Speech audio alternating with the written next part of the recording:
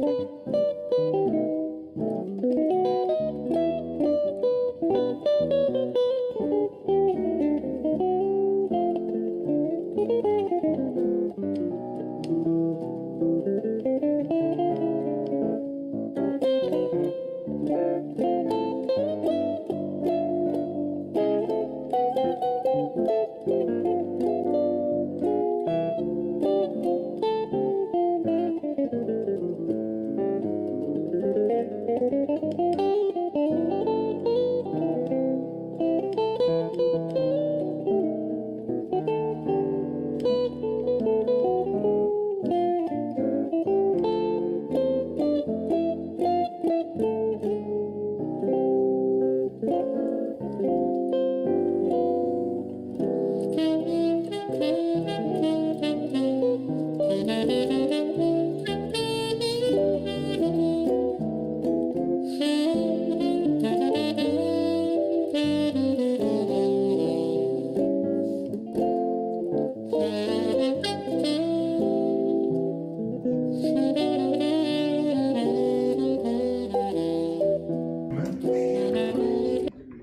said, good morning, ladies and gentlemen. Good morning. How was the night? You are asleep. We are gathered here once again. We want to take it from where we left yesterday. And so I want to take this opportunity to welcome every one of us. I want to trust that you will enjoy tonight. I want to trust that you will have had a good breakfast and you are ready to go. We are slightly behind schedule, so we will be rushing through the program.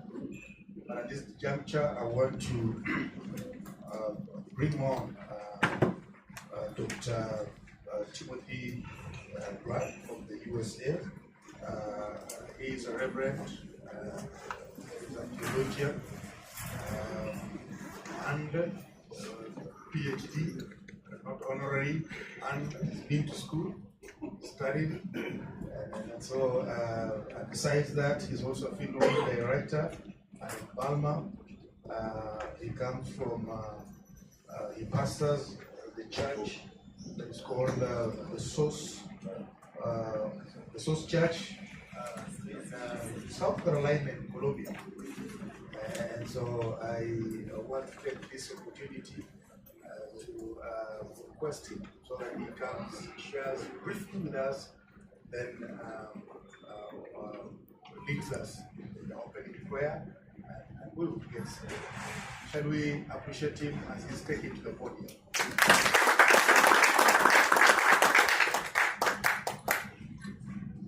Thank you. It's a privilege and honor just to do this, to stand before you guys this morning. I'm not going to be very long, but Psalm 133, and if I was back home and it was a Sunday morning, I would say grab your Bibles, your tablets, your smartphones, or whatever you have, and go with us to Psalm 133. And the first verse is all that I'm going to read, and it says, "How good and pleasant it is when brothers live together in unity." Yeah, how good and pleasant it is when brothers live together in unity. But I like what Eugene Peterson says in the Message Bible, and he says, how wonderful, how beautiful when brothers and sisters get along. Yeah, how wonderful, how beautiful when brothers and sisters get along. As we get ready to leave this conference, my sisters and brothers, I want to leave with you something to think about and to take back home. It was once stated in a Kenyan proverb, sticks in a bundle are unbreakable. Yeah, sticks in a bundle are unbreakable. And the reason I'm saying that is because we live in a society, in a world, that so many people are so busy building their own thing that they're failing to see the power and the effectiveness of building together. I love my brothers, I love my sisters, I love our skin tone, I love our complexion, but what I dislike is our ability to unify together and build strong. So when you leave here, I want you to leave here with the mindset that not only are we going to build strong, but we're going to build right. Why? Because we need unity in order to do this. In other words, there's no comparison. I'm not trying to compete with you. I'm not asking how many bodies you have at your funeral home and how many bodies I have at my funeral home. But it's more so of how can I help you and engage what we are doing in order to be effective and to bring change. But I love what David writes in this psalm, and he says how good it is for brothers and my sisters to dwell together in unity. We need unity because unity is not only a defining thing, but it's the thing that gives us the ability to function effectively and with power. If you want to see how strong somebody is, then you need to see the people that come together. I was watching when we was on the safari on Wednesday, and I was amazed because this is my first time in Kenya. My first time in this part of Africa, my first time ever going to a safari. And we went out there, and as we were looking and we were rushing to get to see the lions, we had our tour guide driving as fast as he could to get us to see the lions. And when we got there, one thing we noticed was the female lions were moving, but it was only on the strength of the male. I realized that when I saw the male lion lay down, all of the rest of the pack lay down too. So it showed me that unifying themselves gave them power to function and do what was necessary to see change. I watched the zebras, and one thing I realized with the zebras as we were going through the safari, when they moved in packs. Why? Because they understood the power of unity. If it's more of us together, then we can stand against what's ever coming against us. If we could understand the power of unity, then we will understand the importance of dwelling together with sound harmony. Amen. Amen. What is unity? The state of being unified, united, joined as a whole. But I love what Solomon writes in Ecclesiastes, and he says in the 4th chapter and the 9th verse, he says simply this right here: two are better than one. Yes. Yeah, because they have a good return for their labor. Yeah, two are better than one because they have a good return for their labor. Can I suggest that you cannot have self-reliance and unity together? You got to pick one or the other. You can't do it by yourself. You were never created to do by yourself, and you were never made to do it by yourself. And I love how you're looking at me, but look at the text. It's not good for men to dwell alone. So it says that God gave them a helpmate. Yeah, he gave you help. So you don't have to do this by yourself because you have help. So as we leave here, I need you to focus. And I need you to focus on reminding yourself this simple message: the power of unity. In other words, the advantages of success derives from your willingness to work together. This isn't a one-person moment or movement, but a body of believers who desires to experience and pass on continuous success. There must be a mutual interest and effort to see the best results for not your win, but for our win. Why? Because if you win, we all win. But it takes unity to see that. So it's 3 points that I want you to take home. 1, unity exemplifies strength. 2, unity provides effectiveness. And number 3, unity commands or brings blessings. When you read Ecclesiastes, 2 are better than 1. But when you read the Psalm of David in this particular chapter, and you can read the rest when you get home, it tells you at the end of the chapter, and it says that because of the unifying of the body, that the oil that poured from Aaron's head ran down to his beard onto his garment. In other words, signifying whatever was on the head reached the garment, that gave them power. And I want you to have that same thing. So, Father, we thank you this morning for this gathering. We thank you because we know that your presence is already here. Now we ask now that you meet us, that you lead us, and that you guide us, and that you direct us. We ask that you continue to help us to be effective, that we bring change, that we bring change, that change the lives of others, and help us to do what you have called us to do, and that is this ministry. So help us to understand that 2 are better than 1, and that unity brings success.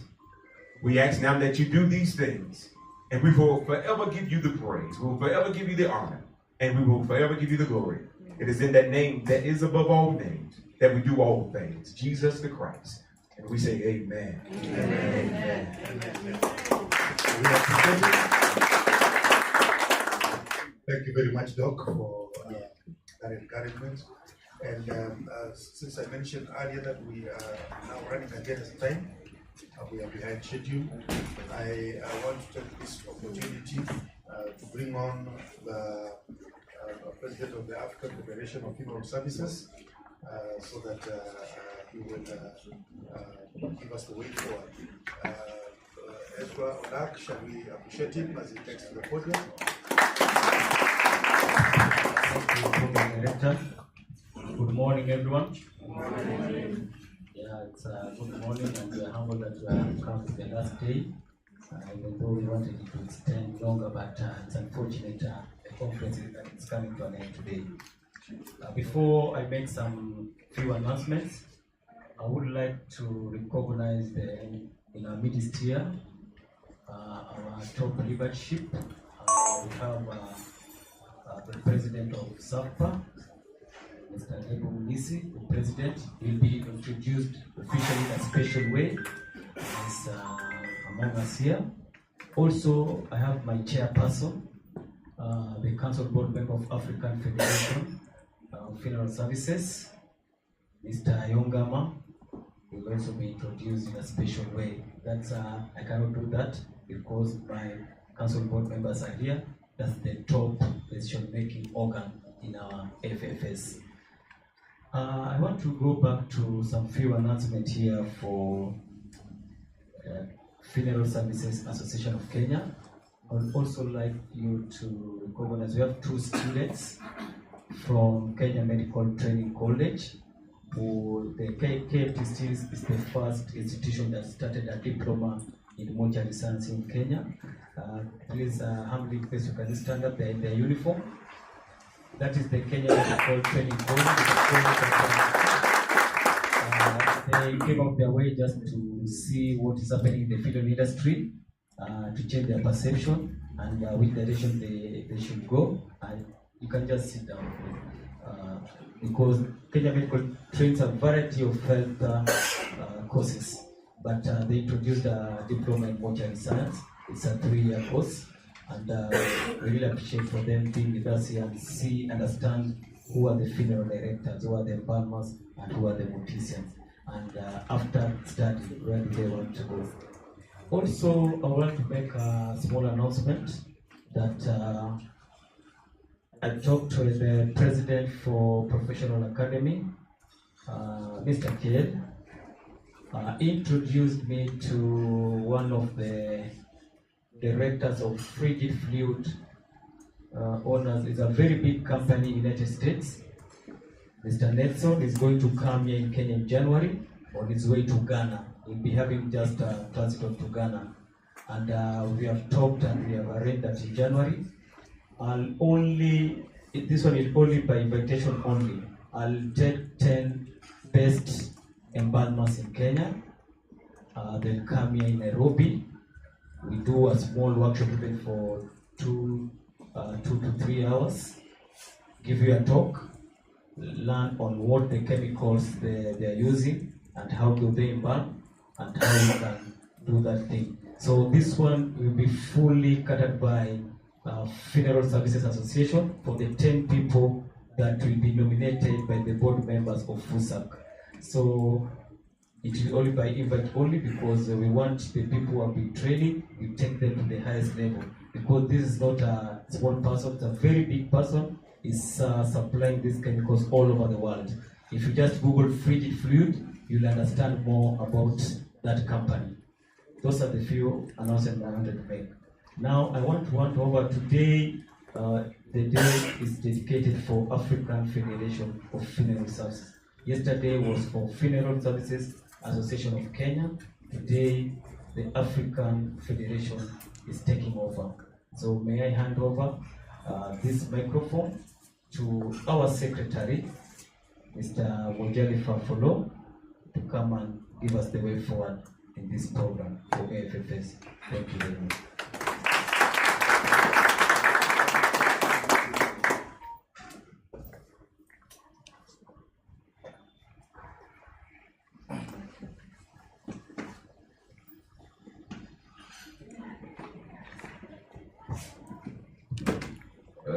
Good morning, ladies and gentlemen. Thank you, President-elect.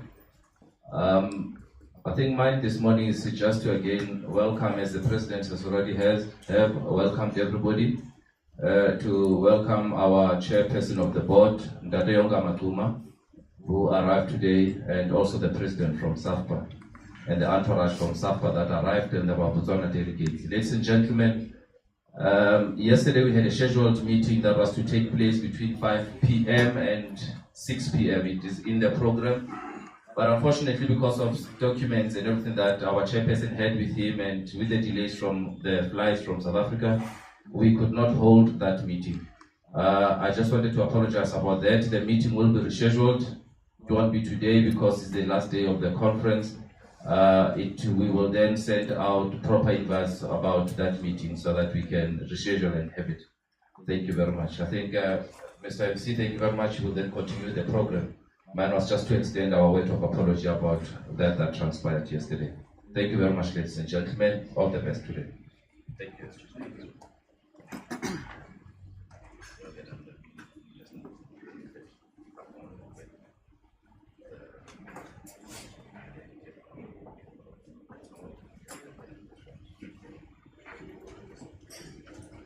Shall we appreciate our...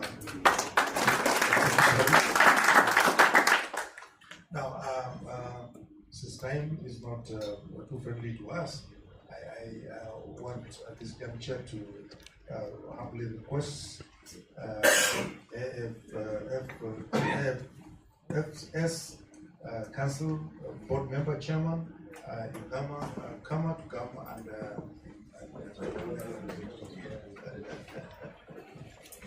shall we appreciate him as he comes?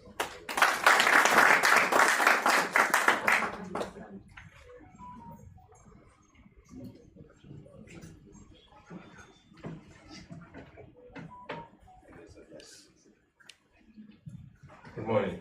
Good morning. Afternoon. I have a problem. I can't see without, I can't see with. When I'm reading, I've got to wear, and when I'm just talking, it's different. Master of Ceremonies, leadership of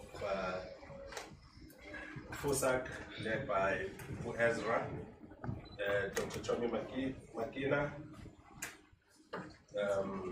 the delegation from Botswana, delegation from neighboring Tanzania, delegation from South Africa led by our president, Mr. Libo Munisi. Yeah. Chief Bonkanyo, who is our father, a mentor, and a guide. Chief, from the country we come from, we only speak good about a person when they are dead. But we need to appreciate you. You make a hell of an effort to say it in French. Excuse the French, that we are together, and you never give up. You will always call and say, I want you there. We are wearing our SAFPA uniform now because she would insist, why my brother, you're not wearing a suit in a country that is so hot? We have to wear a jacket and a shirt and a tie because Chief insists that we do that. Thank you, Chief. Delegation from the US, from NFDA, led by the President and the International Coordinator, Dr. Churchman. Ladies and gentlemen, it is indeed a great honor to stand in front of you, and I get excited every time we have these sessions. But I would have hoped for informal sessions where we would chastise each other, because I look back to the meeting we had in Mombasa years back, and the goals that we set ourselves, and where we are with those goals. we are a continent.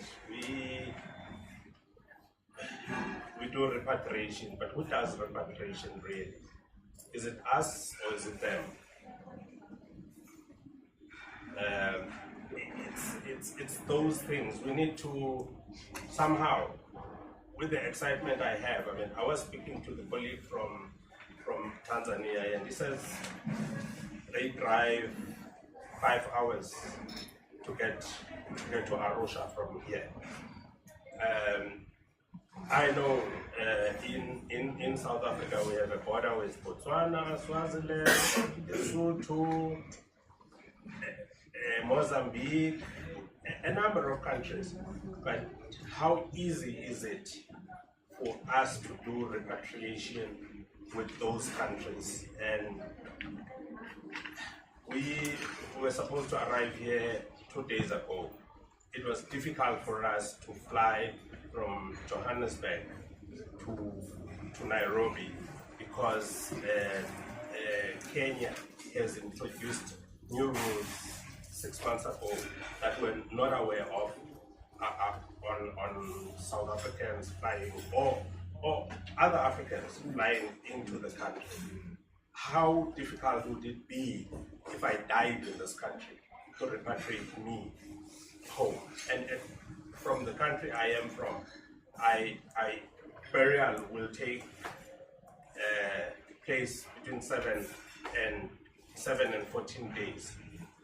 You know, it will be postponed and postponed. If it's difficult to travel, living, how difficult would it be if I passed on in this country? So these are the challenges that we have, and we need to go beyond just talk and deal with the realities of our industry. Our industry is in the hands of them and not us, and we need to recapture that. When we were in Mombasa, I referred to political leaders forming the AU, the OAU, and all those structures. But here we are, we have formed this giant, supposed to be giant, but what are we doing about it? Are we honest about it? We're not going to be coming to Kenya, to South Africa, to Botswana, to Swaziland, and all these countries as tourists. We are going to be coming to do business. We are business people, and what we need to do is to be serious about it and speak truth to each other. Thank you.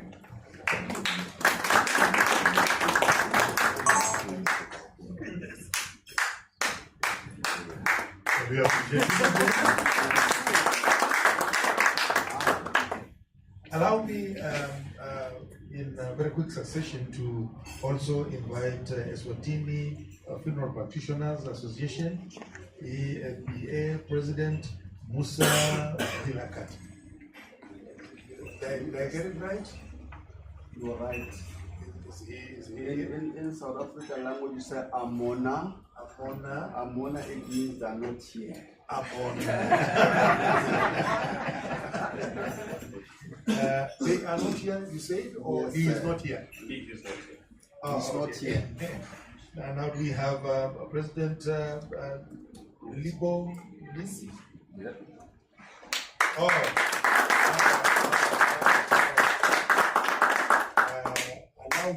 Allow me to say that I'm bringing on President Libo Nisi, South African Funeral Practitioners Association, SAFPA. He is the president. I hurriedly mentioned the name because of that plural you had used, that they are not here. So I assume probably he was part of the who are not there. Now since he's here, allow me, and I apologize that I did not accord him the introduction that he deserved. Please let us appreciate him as he comes to the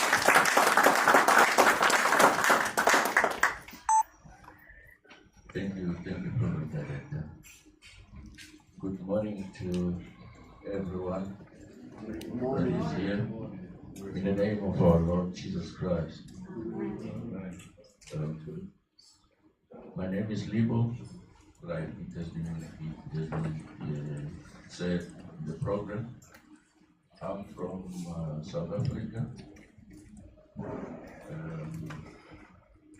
I'm the president of SAFPA, South African Funeral Practitioners Association.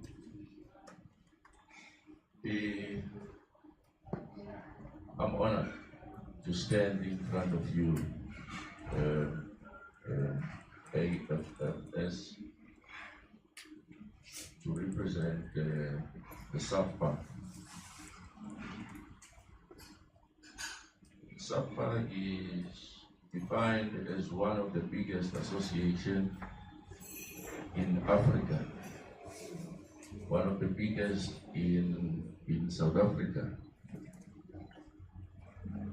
And as an association, we really appreciate to be part of AFFS and be part of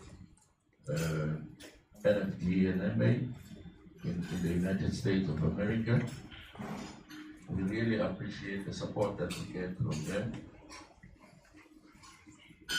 And like Yogama has said, we really appreciate Chief Weganyo for the wonderful work that you are doing.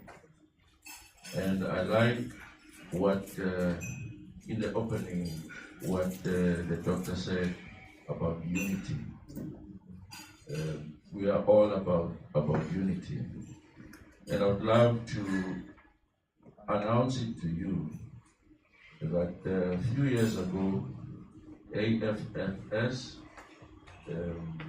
requested me to get on board Mozambique and Eswatini to be part of us.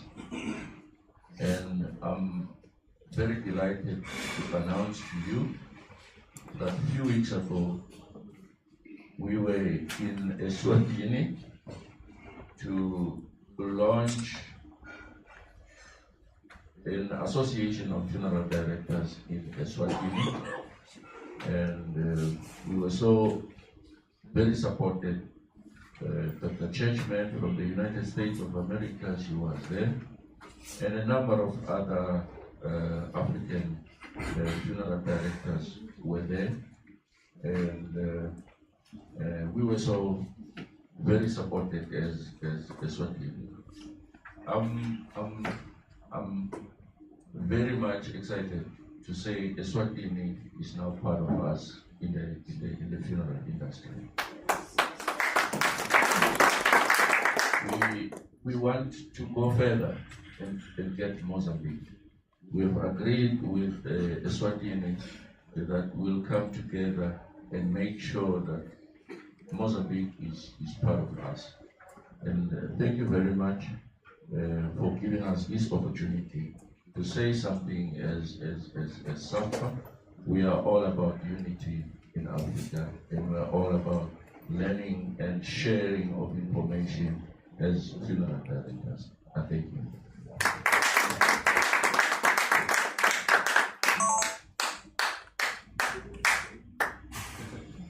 Oh, shall we appreciate him once again?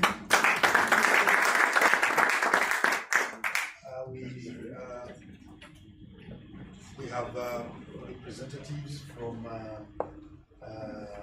Malawi, from Botswana, from Zimbabwe, and of course Tanzania. And I want to give them an opportunity at least to come and be able to be part of the proceedings here. So I want to take this opportunity to bring to us a representative from Malawi, George Sampo, so that he comes and be part of what is going on here. George Sampo, please. Shall we appreciate him as he's making his here?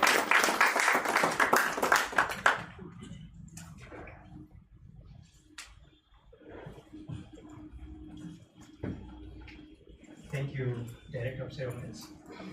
Good morning, everyone. Good morning, sir. This is my third time to be part of this.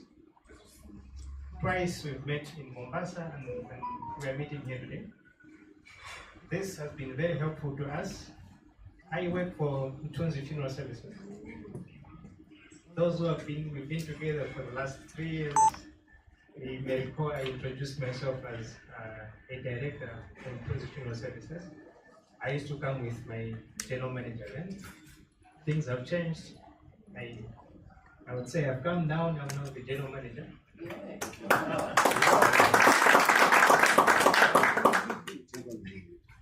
But I have the confidence because part of what I've been learning from these gatherings, and also my predecessor has been very helpful. He's the one who introduced me to these conferences. We are a young company. This is our 4th year of operation, but the strides we've seen, especially in 2023 and then moving into 2024, they are very, very, very encouraging. My predecessor has left me at a good position, making things easier for me. He's not here, but I do give tribute to him. He had the faith. I think if you look at our performance in 2021, 2022, it was very, very humbling. But he kept the faith, and only last year did we start to see the light. But I appreciate very much the information, the encouragement that we get from this gathering. And going forward, I look to more participation. I know my contact somewhere was missed to be part of the forum for the AFFS, but we're together. And I also look forward to contributing. Last year I did mention, could we consider having this conference in Malawi? Let's give a shake-up to the funeral services industry in Malawi. It's also blossoming. We are yet to get very formal in terms of having our own local association, but we'll make the step. Thank you very much. Back to you, Director of Services.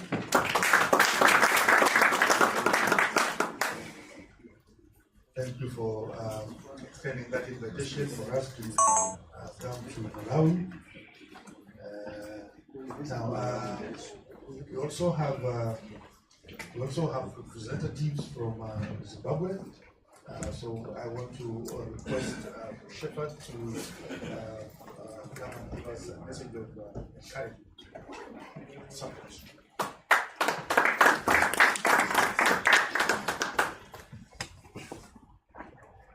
You're welcome. Shall we appreciate him again? Good morning, everyone. Good morning.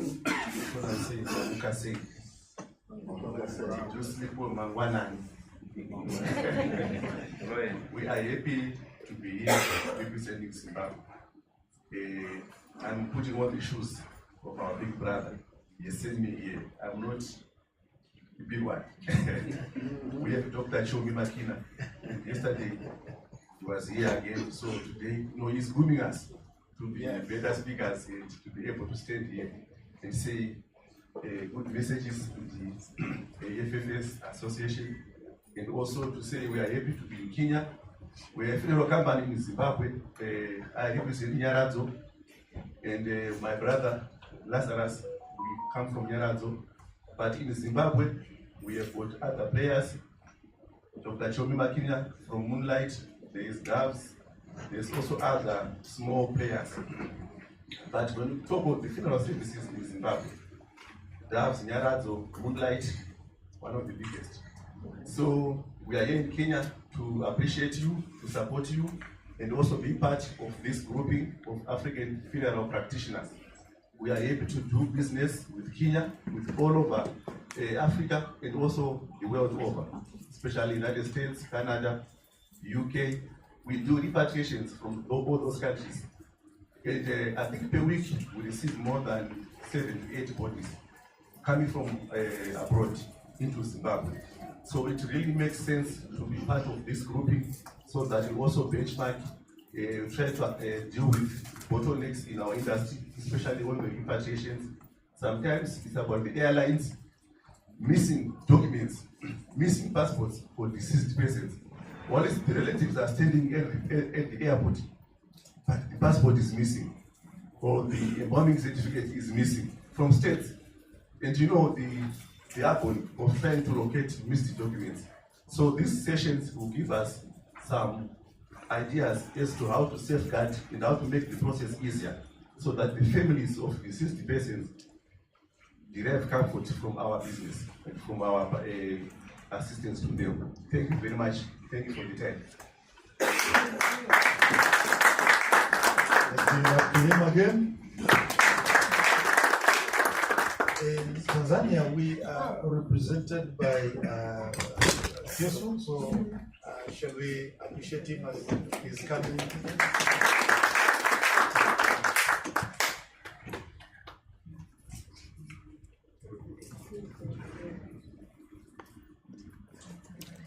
Good morning, everyone, in the name of Jesus. Thank you, Director of Ceremony. Thank you to the Fusak members. Thank you, Mr. Ezra. Thank you, international delegates. I appreciate Uncle Chief for making everything possible. Yes, briefly, I will still walk in the footprints of everyone. I'll walk on the footprints of Dr. Timothy, and it's all about unity, unity, unity. I'll say it in 3 times. Unity, unity, unity. Yes. And I'll go back, walk on the footprints of the director of ceremony yesterday. He mentioned something like, we are the masters of what? Missed opportunities, right? We are the masters of missed opportunities. Now, currently in Tanzania, there are no funeral undertakers, unfortunately. For such a peaceful country, I've tried the best I can, I've tried the best level I can, but I don't know what's not making it possible to happen in Tanzania. I was lucky to get invited to the SAFPA conference, SAFPA conference that was 2018 in East London. Our chief made it possible. I was so interested. At least we can have a very professional and a lovely way to our lovely final destination. I invited Uncle Chief Boykani to Tanzania. I took him around the general hospitals of Arusha. He took some notes. 2 years later, I invited Dr. Edith Chachman to Tanzania. I took her around. We met potential people, and they took a note. But I hope in the near future, I should be able to invite you guys to come and have the conference in Tanzania.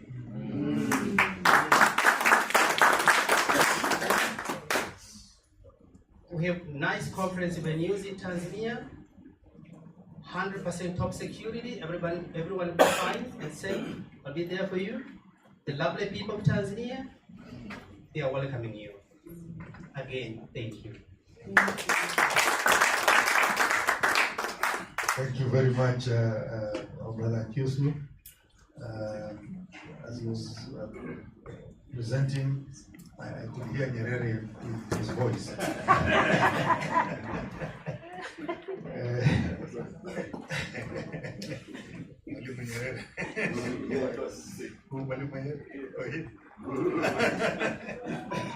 He was talking about unity. Okay. Yeah, and he taught the Tanzanians unity. They are very united, despite the fact that they have more than 100 tribes. Am I right? Yeah, they are united. They call themselves Ndu.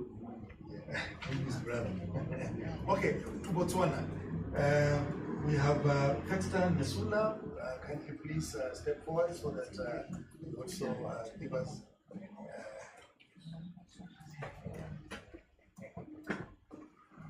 Okay, he's there. Okay. He's a man now. I don't know. It's a Mrs. Fexter. Oh, man. I was not told that. Forgive me. I became insensitive because of what I was given. I was not. She was not very well described to me. I would have introduced her in a better way. I usually do it that way. That's how my mother taught me. My mother taught me to respect women. I do respect because my mother was a woman.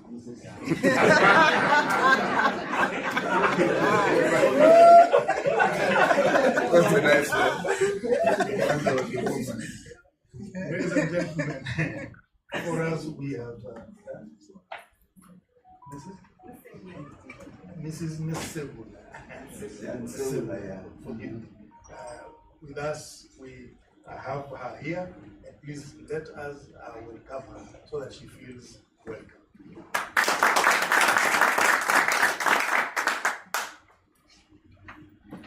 Good morning. Good morning. Thank you, Master of Ceremony. My name is Mapito Seula.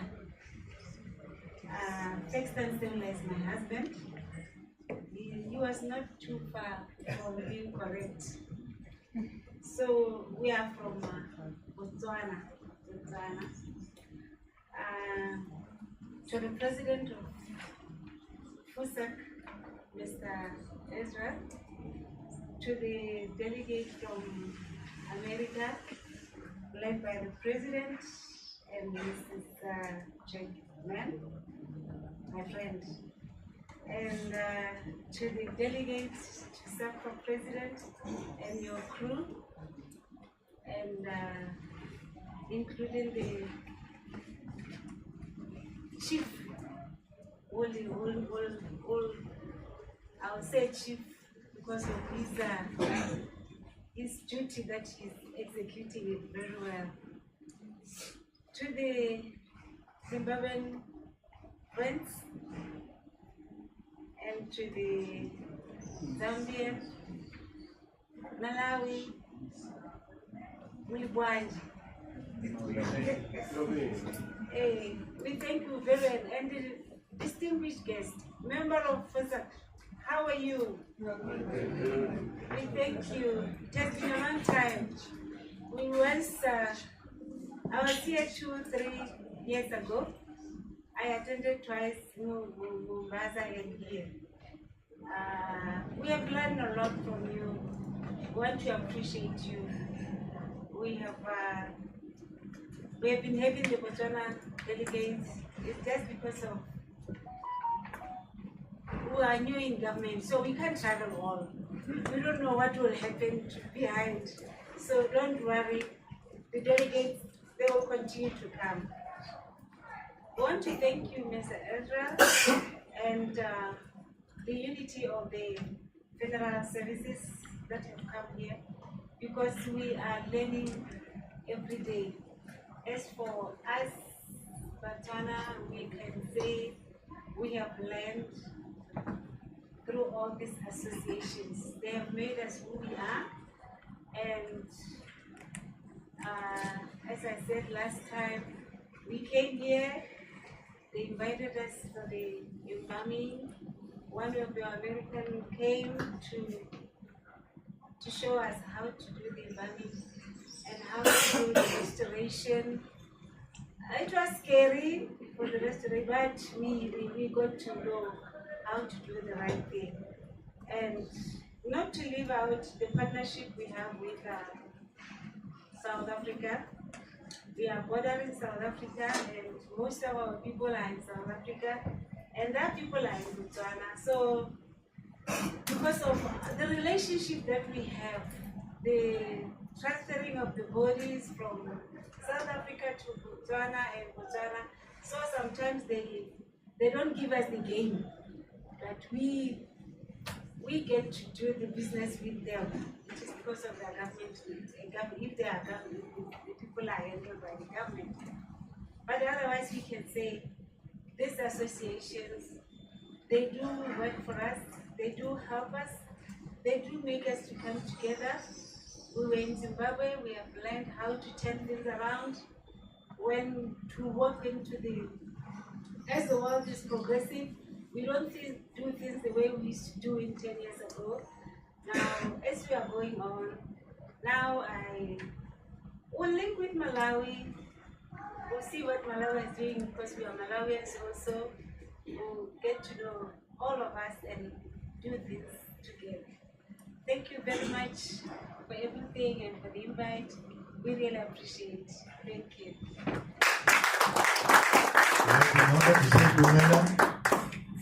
Will I be in order to say Dumela?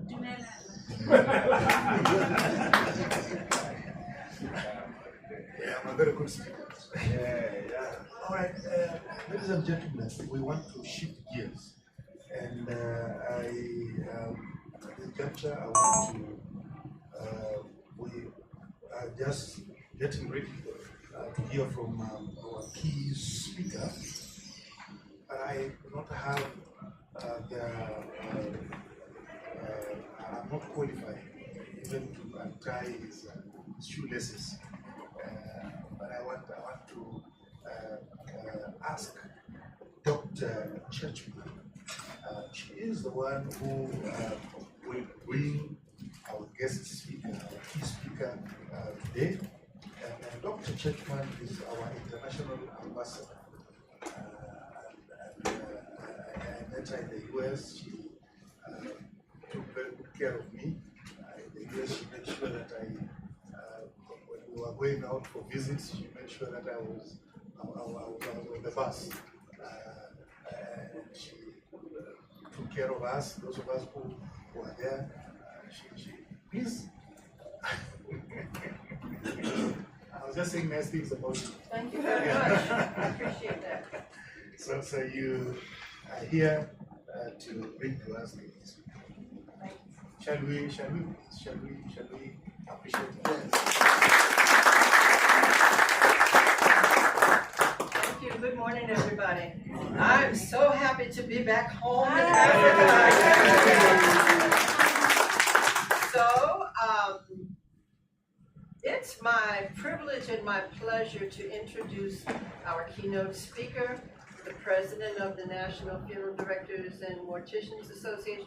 I'm introducing you? Oh, I'm introducing you.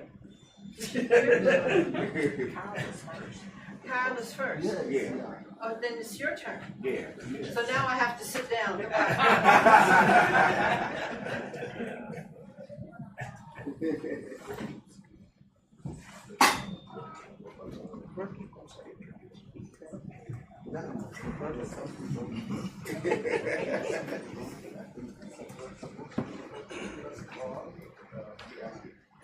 Good morning.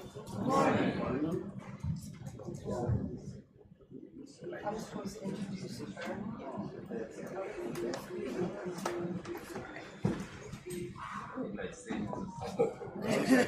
First, let me start by saying thank you for the invitation to come and be a part of your conference. Your hospitality has been overwhelming, and I am very appreciative and humbled. So again, I say thank you for that. I want to introduce our guest speaker this morning, which is Mr. Kyle P. Ledford Sr. He is the newly elected treasurer of the National Funeral Directors and Morticians Association. He is owner of Ledford Funeral Home in Trenton, New Jersey. He is chair of the mortuary program for Eastwood College, which is also located in New Jersey. And he is the newly elected president of the Academy of Professional Funeral Service Practice. In other words, Kyle is a very important person.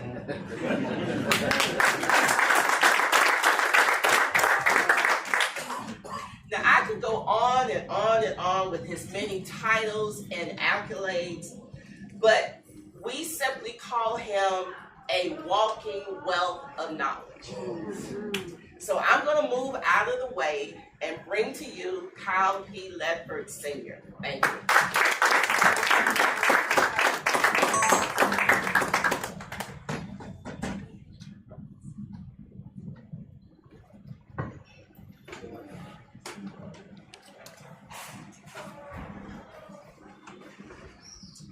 Sorry, I tried to not complain.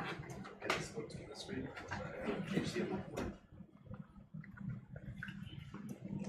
So good morning, everyone. Good morning. First of all, can you all hear me in the back? If you can hear me in the back, raise your hands high. Excellent, okay. Because there's nothing worse than going to hear someone speak and you cannot hear them, right? So we want to make sure that you can hear. They're going to work on. I have a very brief presentation that I'm going to do.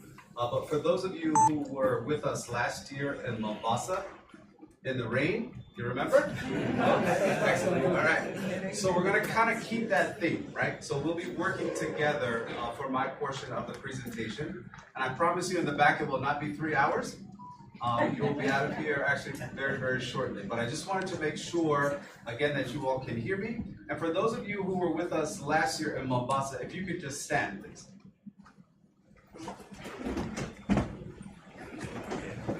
Wow, excellent. Give yourselves a round of applause. So you can be seated at this time. And now is where the college professor comes out in me. Who remembers what we talked about last year? And the room goes silent.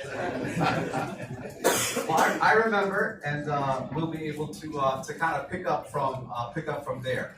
While they're working on the technical stuff, we'll just jump right in. One of the things that I kind of picked up as we closed out last year, and then as we have been working over the past day or so here, it just kind of resonated with me about leadership, right? So does everyone understand when I say leadership? Right, so I ask questions and then you have to answer, right? So does everyone understand what I say about leadership? When I talk about leadership? Yes, we do. What does leadership mean to someone? I believe they said 2 students are here. If you get 2 students, if you can stand. This is your time to shine. Leadership, what does it mean to you? Can somebody just repeat? I can't hear what he said.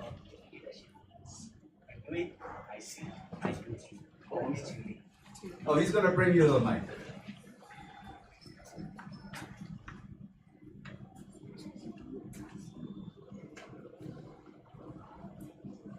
Our definition, leadership is you do something and then I do. And if I do it right, I say that you taught me the right way. Okay, so you're saying leadership from your perspective is if I do something, then you'll do it. Is that leadership or followship? You can give the mic to the next person. Now you're going to answer, and hopefully you're going to say that's followship. Okay, according to me, leadership is showing me the way, showing me what to do. Okay, then you do it. All right. So we're going to flip the switch a little bit, right? And you all can have a seat. Let's give them a round of applause. Because they're going to be your next leaders, right? And so it's our job to ensure that that happens. If they don't lead, guess who has failed? Right. So we get it, yeah. So students, what you talked about, we would kind of consider followship, right? Because if I say go left, and then you go left, that's following. But I would like for you two to be the ones who tell us to go the right way. Does that make sense? Do leaders lead or do leaders follow? We lead, right? So I just asked the question just a different way. Leaders lead, and so that's the charge that each and every one of you have today. Going forward, you're going to lead. You're going to make things happen, right? Because if you don't lead and things don't happen, we'll be doing what he talked about a little bit earlier. We'll be having meetings, to introduce Simon again, We'll be keep doing it over and over and over again. And so we want to break that cycle by ensuring that going forward, each and every one of us takes the responsibility and we lead. Is that good? In order for us to lead, what must we do? Be knowledgeable. Be knowledgeable. So I'll give you a hint. I talked about it yesterday. How is education going to find its way into the rules? Right? Now some of you may argue, we don't need education involved with the rules. I'm going to tell you a secret. We do. Right? So we want to be knowledgeable. We want to study. We want to learn. We want to grow. We want to meet people.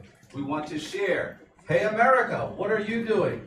Hey, South Africa, what is it that you're doing? And we take all of those pieces of information and we put together our dreams, our goals, and the things that we would like to chase after. Does that make sense? I was a poor little boy that lived near the airport. My family did not have much money, but I always wanted and had the vision to open up a funeral home by the time I turned 30 years old. Right? Anyone here under 30? Stand up if you're under 30. How exciting. Give these people a round of applause. So you may be seated.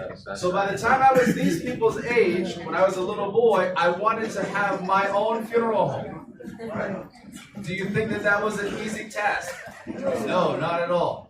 What age did I open a funeral home? 29. I did it. Right? Yay! But that's what leadership is all about. Mom and dad, no, Kyle, you cannot do that. My friends, no, Kyle, there's no way you can do that, right? But I was a leader, right? I had it within me. So I studied, I trained, I learned. And that's what made the opportunity for me. And so that's what I want to share with you all today, just that very, very simple message, right? To look within inside yourselves, make sure that you show yourself approved by studying, by reading, and by learning, right? So some of you may say, just like, well, I don't have any money, right? I maybe can't go to school. The internet, right? You can do anything, right? So use that information. The internet will allow you to get in touch with all 6 of us for free, right? Am I making sense? You got Uber. Last night we jumped in an Uber. It was pretty cool. Like we have Uber in America. I didn't think you guys have it here. So if I can get a car to go to a restaurant, right, last night, in a place that I don't know, I'm sure there's a whole many more things that you can do just by the use of the internet itself, right? Scholarships. Free money. Go find it. Right? That's what I did. I was a little poor boy. I didn't have money. Right? But I researched and I learned and tried to find ways to help myself. So how do you all feel about that? Is that something that you can do? Yeah. Right? We have an onus, right? Our senior leaders here to ensure that these young professionals become leaders. That is our job. If they do not, they didn't fail, we did, right? And so many of the things that you all have been talking about, especially this past year since I've been involved, there's been movement, right? So you talked about the things at the beginning, and then a year later, things have happened, right? Now, she's gonna probably be pretty mad at me, but I spent a little time talking with her last night, Ms. Lois, from Kenya Airways, right? So last year, in the rain, we were talking about ways, right, together, how can we improve this process, right? She went back to her company, probably had to beat up some people, right? But she made a change, right? She came back to you all this year with this information. Streamlined, organized, right, with direction. That is exactly what leadership is all about, right? So let's give her a round of applause. And she did not pay me, nor did she give me a free flight home back to America. Very good. I'm just going to switch gears just for a little bit to wrap up and talk about the Academy.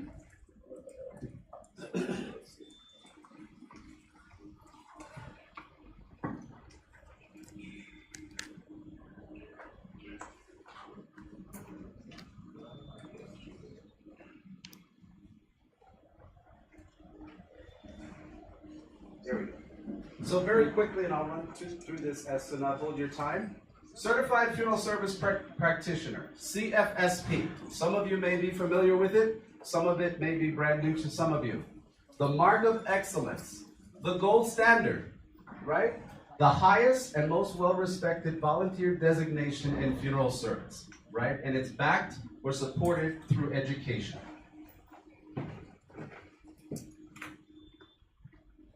The Academy itself was founded in 1975.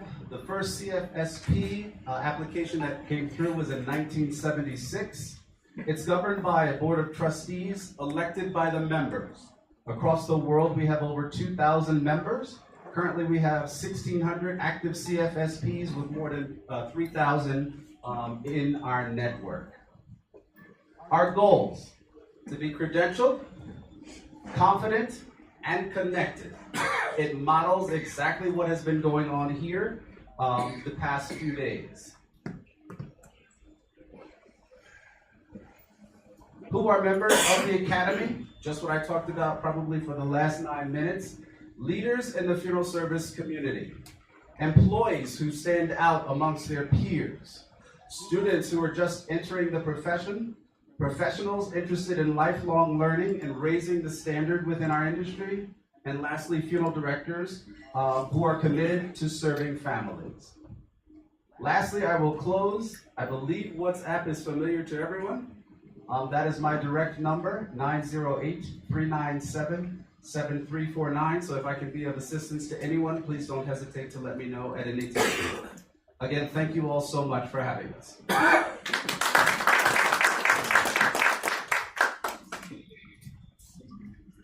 Thank you very much, Dr. Kyle.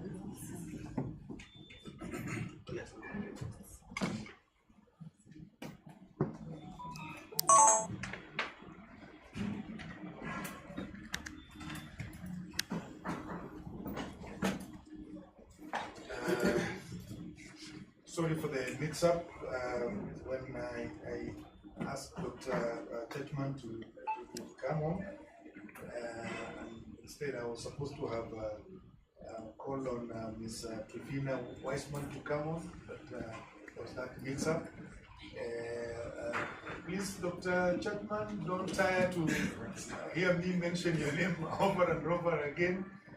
Please come over, because just a minute, my sister. I'm sorry. We are supposed to take a break. We are supposed to take a break, and immediately after the break, that's the time when we'll be able to bring on. I will ask you to come so that you introduce to us our guest speaker. I'm sorry about that mix-up again. I'm sorry. Please forgive me. Ladies and gentlemen, that is what happens when you begin your program late. You get mixed up. You sometimes even miss your way. In the heat of the moment, you miss the left turn, you take the right one, and so on and so forth. So we want to take our break, and according to the program, we are supposed to gather back here at exactly 10:30, and it looks like we have 10 minutes for that. So if we can beat that and be here at exactly 10:30, I'll be the happiest. If not, 5 minutes will not be a bad deal if I added to some 5 minutes. So shall we take our break and come gather back at exactly 10:30?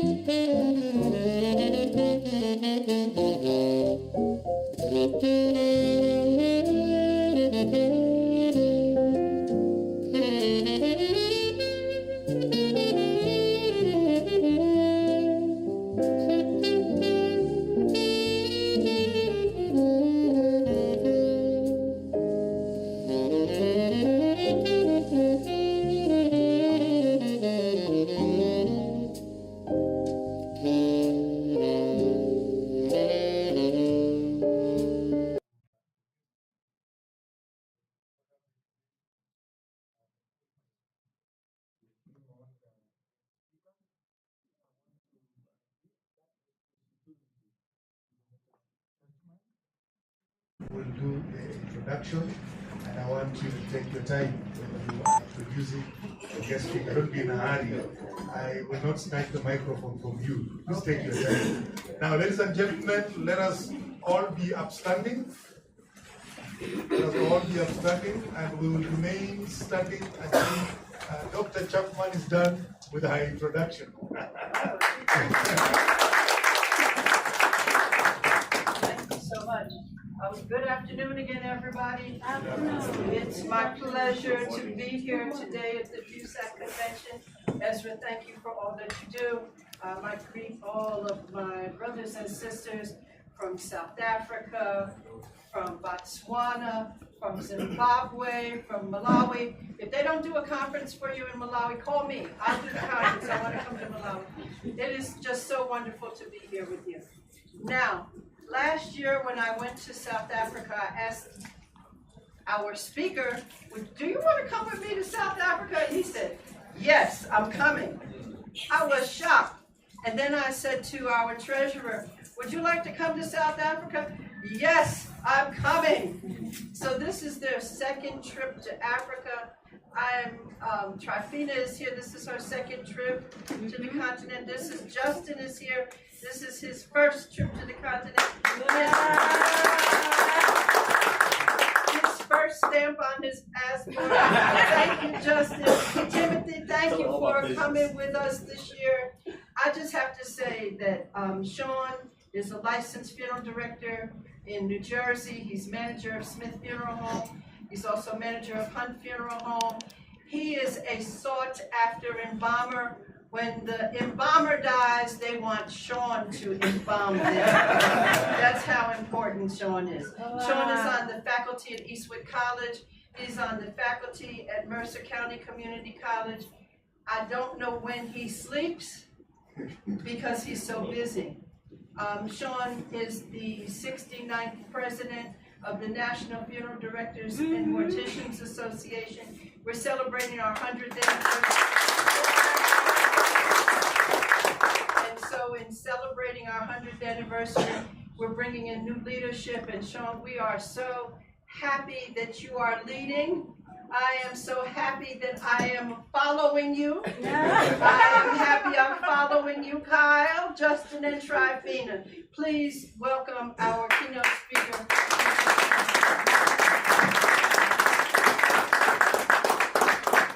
Thank you. You all may be seated. Let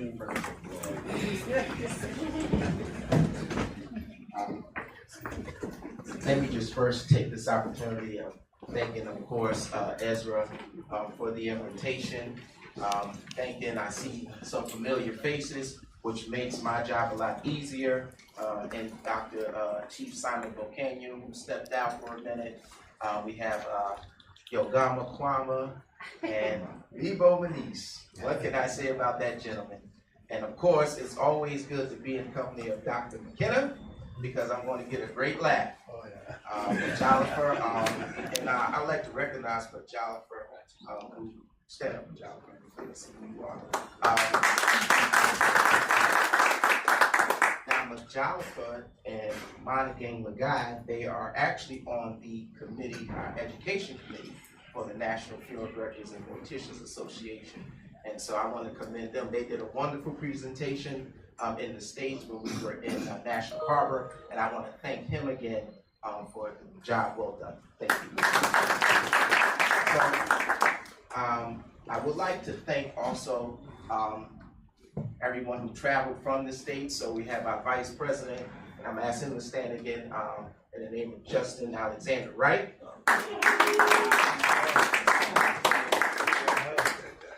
That's great. We have our Treasurer, Kyle Patrick Ledford, Senior. We have Dr. Timothy Brand. I'm saving my ladies for last. So we have our Clerk of the House, and she is now our senior member of the Executive Board. So don't tell nobody, but she kind of called the shot. And of course, you all know her, you all love her, and I tell everybody, if you hang with Dr. Churchman long enough, you will end up in Africa one way or the other. Stand up for our national.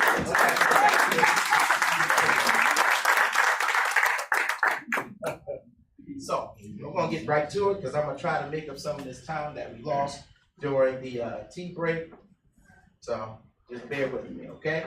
So, in talking to Ezra, I said, Ezra, you want me to come speak? What would you like me to talk about?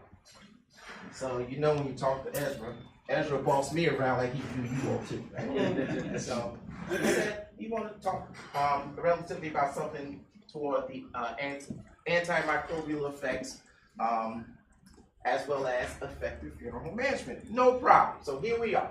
So, today we're going to be discussing and exploring two crucial aspects of the funeral industry. One being the science behind embalming, and the other is the business of running a successful funeral home. We'll explore the antimicrobial effects on the embalming process and best practices for efficient funeral home management. Right? So, I don't take for granted that everybody knows, or everyone knows about the embalming process, so I just gave you just about 4 key elements here, just to give you just a quick in and out about what we do as far as the science behind embalming and preserving the human remains. Right, so the purpose. Embalming temporarily preserves the remains. It delays decomposition, allowing for viewing and funeral arrangements, as well as, Ms. Lois, repatriation. Right? Yeah. So, the process involves injecting a preservative fluid into the vascular system. The fluid disinfects and firms the tissues. Key considerations that we need to factor in is that factors such as the cause of death and time that has elapsed between the time of death can weigh in on your embalming process. Our modern techniques, right? So modern embalming, we use advanced technologies, and we also have specialized fluids now that gives us the favorable outcomes that we need for visitation, funerals, or repatriation. The role of antimicrobials in embalming. First one is disinfection. The primary reason why we do what we do is to stop the spread of disease, stop the spread of infection, right? If you look not only in the States, but even over here, funeral homes are pretty much under the Department of Health. That's governing our funeral homes because that's our major responsibility, right? So antimicrobials eliminate harmful bacteria and fungi. Then we get down to preservation. That's the next thing, right? Because we want to adequately and properly preserve the human remains. So we want to inhibit decomposition, slowing down tissue breakdown.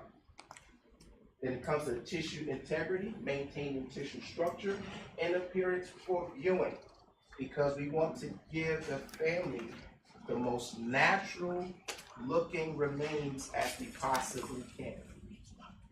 Formaldehyde alternatives. So we're exploring safer options. We do have some formaldehyde-free embalming that's out there, but in your case, if you are holding the remains for a long period of time or you're going to be repatriating, I would not use that solution, that fluid, because it does not hold well for a long period of time, and it's under environmentally friendly options.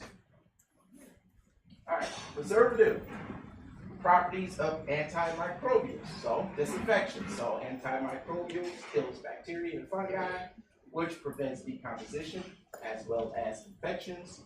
Tissue fixation. How that works is formaldehyde cross-links proteins, which firms the tissue. So when we're injecting, and we know the tissue now is firmer as we're injecting the arterial solution. Well, that's the cross-linking of the proteins. Also, it allows the tissue to maintain shape and slow down decay. Enzyme inhibition. So some antimicrobials stop enzymes that causes decomposition, which slows tissue breakdown. Types of antimicrobials used in embalming. We have formaldehyde, which is a common and effective disinfectant. It is known for preserving tissue. We have our glutaraldehydes, which is less volatile. Then formaldehyde, and it's an effective disinfectant. Then we have phenols. Phenols are very powerful disinfectant.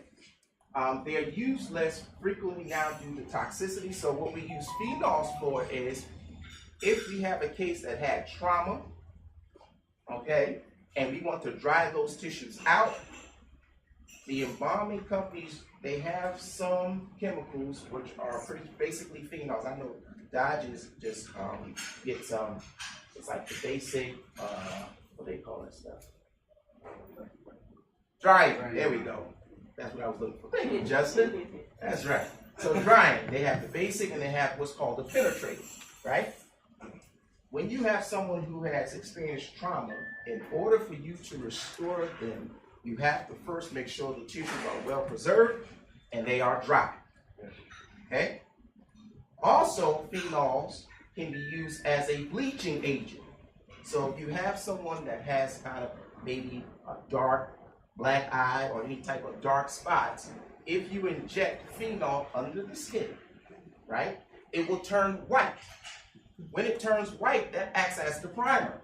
That way, when you come back cosmetically, the cosmetics does not soak through the area. It actually will hold up very well, okay? And so that's typically where we're using phenols. Now, alcohols are inside of our arterial fluids, particularly methanol, which helps stabilize the formaldehyde, the arterial solution. That way it doesn't polymerize, it doesn't break down. That way it has a better shelf life. Impact of antimicrobials on tissue preservation. So, the initial disinfection. So we want to rapidly eliminate those microorganisms. We want firm tissue, so tissue fixation. We want the stabilization of proteins and structures. Enzyme inhibition, which is slowing down the decomposition process. And long-term preservation, which is maintaining tissue integrity over time, because I'm quite sure you all experience it. If you're repatriating, sometimes it's not a fast process. It doesn't happen between 1 or 2 days. It can take quite some time, and you want to make sure that you have long-term preservation in that case. Challenges in antimicrobial selection, right? So choosing the right antimicrobial for embalming presents several key challenges. These challenges require careful consideration, expertise to ensure effective preservation. The first is toxicity. You have to think about your health first, okay? Because you need to be around to keep embalming, right? And so you want to make sure that you're balancing getting the most optimal chemical and considering your safety while doing that, okay? I know embalmers that can't use certain chemicals because they are allergic to certain components of those chemicals, right? I know some embalmers that have to use specialized gloves. They just can't go in and just grab the gloves that, you know, we all can just grab and order from our companies, our supply companies. They have to have special gloves. So your safety matters first. The cost, finding affordable, high quality options, okay? You want to take that into consideration. Environmental impact, minimizing the environmental hazards, regulatory compliance, adhering to all relevant regulations. And I think for you all, because you all kind of mix the formula, you know, with the water, you're doing the mixing yourself versus in the States. If you saw my second slide where we had the bottles of arterial solution already pre-mixed. So, you know, for you all, this is very important because, you know, with the regulatory standards, which I'm not familiar with, I'm quite sure that you kind of have to, you know, go by what they suggest you do as far as how much formula you can have at one time. And I don't know if they regulate how much you're mixing. But Ezra will tell me about that. Microbial resistance, addressing evolving microbial resistance, right? So we know that there's new pathogens developing each and every day. There's new things, there's new diseases that are being introduced, right? And we have to make sure that we evolve, and our chemicals, our chemical companies, they evolve with what's going on as far as the different nuances with different pathogens. Is Dr. Media here? He left? Okay.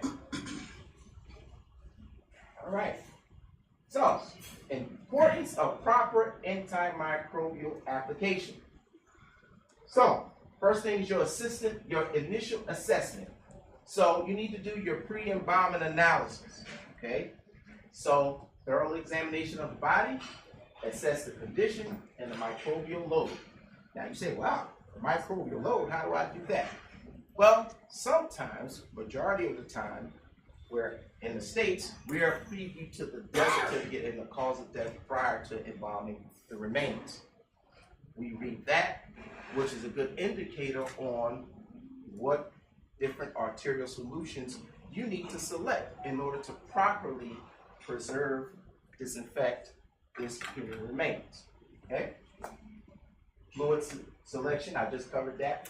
Just choosing the appropriate fluid based on factors like cause of death. Your injection technique, okay? So proper injection ensures thorough distribution of fluid throughout the vascular system, okay? Now, when we talk about injection technique, generally the go-to vessel would be the right common carotid artery, right internal jugular vein.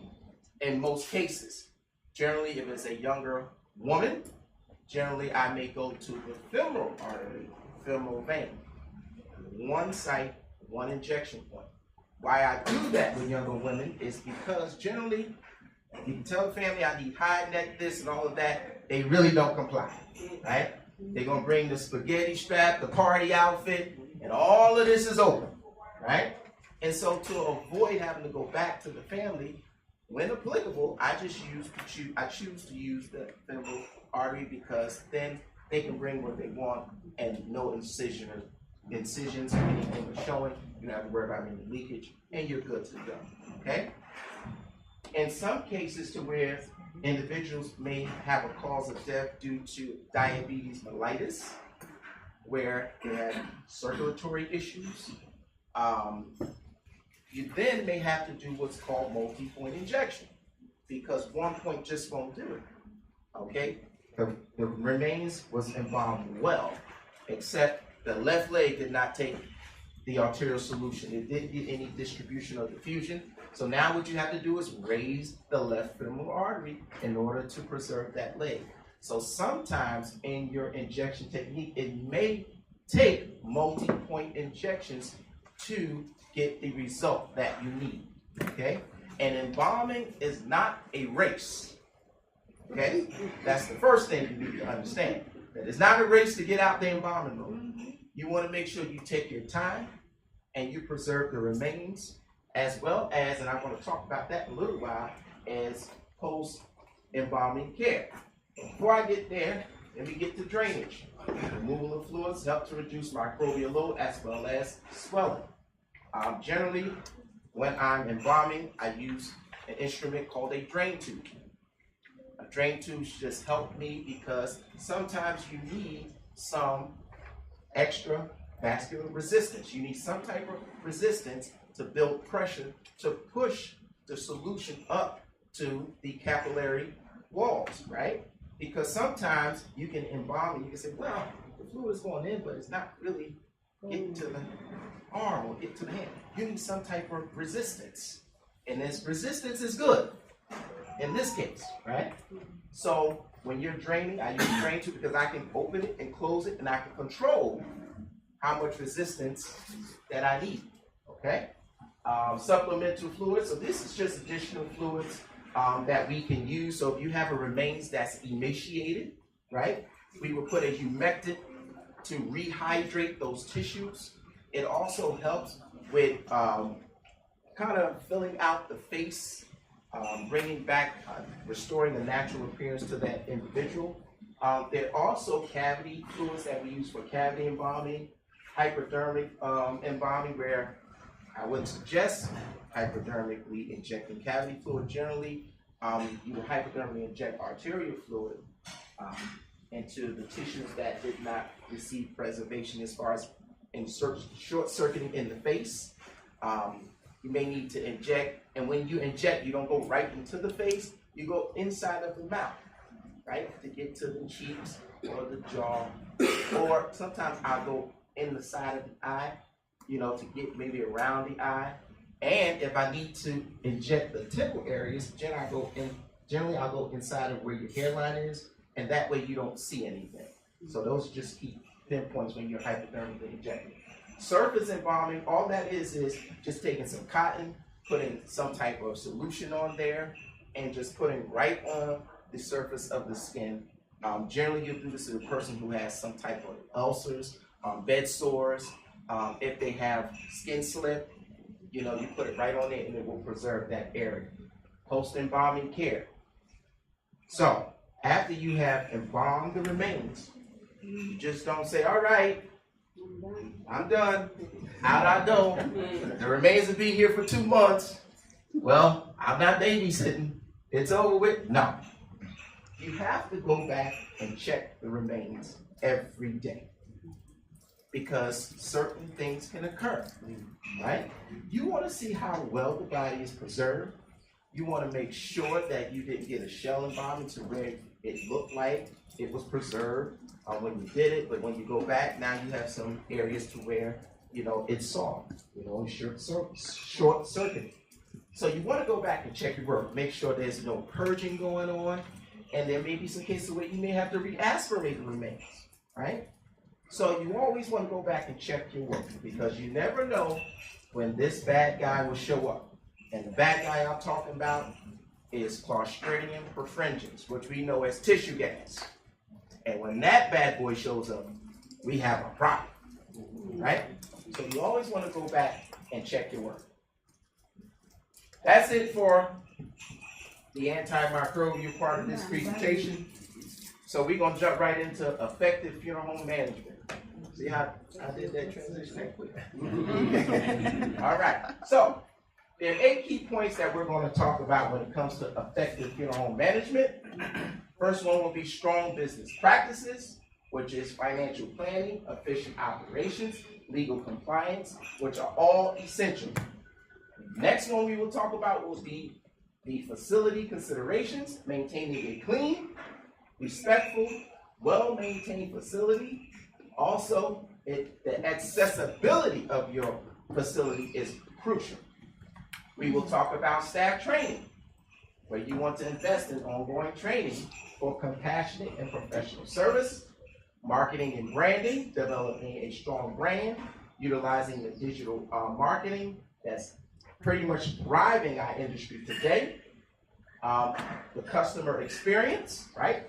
What is the customer's experience? What is the consumer's experience when they encounter you, your staff, or encounter your facilities, right? So prioritizing empathy and personalization of services and greeting families, ethical considerations, maintaining ethical standards, transparency, and responsible pricing, compliance and standards, right? So, is Angela here? There she go. This is where you'll fall, Angela. Compliance and standards, adhering to regulations and industry best practices and maintaining proper licensing. And lastly, we will deal with innovation and improvement, which is continual evaluation of your business, adapting and innovating to enhance your services. Here we go. The importance of strong business practices. Financial management. You need to carefully budget. You need to have expense control and efficient resource allocations, which is very crucial. Okay? Because if you do not budget carefully and do not manage and control your expenses, it probably won't be much of a business to run over time. Operational efficiency. So you want to streamline your process. Optimize workflow and technological integrations are key. A lot of funeral homes now have software. Justin and I, we were just having a conversation where he was talking about his software and how is he going to take his funeral home to the next level and maybe changing up his software, you know? So operational efficiency. Legal compliance. Strict adherence to all relevant regulations.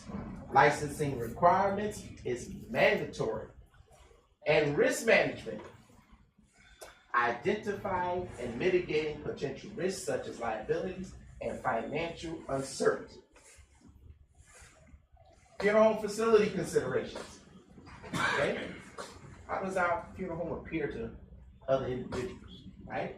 The ambiance and design. What we want to do is we want to create a peaceful, respectful atmosphere. Consider soft lighting, comfortable seating, tasteful decor, neutral colors, natural lights are often preferred. Okay? The aesthetics of your funeral home can pretty much dictate whether family will call you or not. Because people want to feel good, even in the bad experience and in the misfortune of losing a loved one. They may choose you because they like the way your chapel looks. They like the way your chairs feel, you know.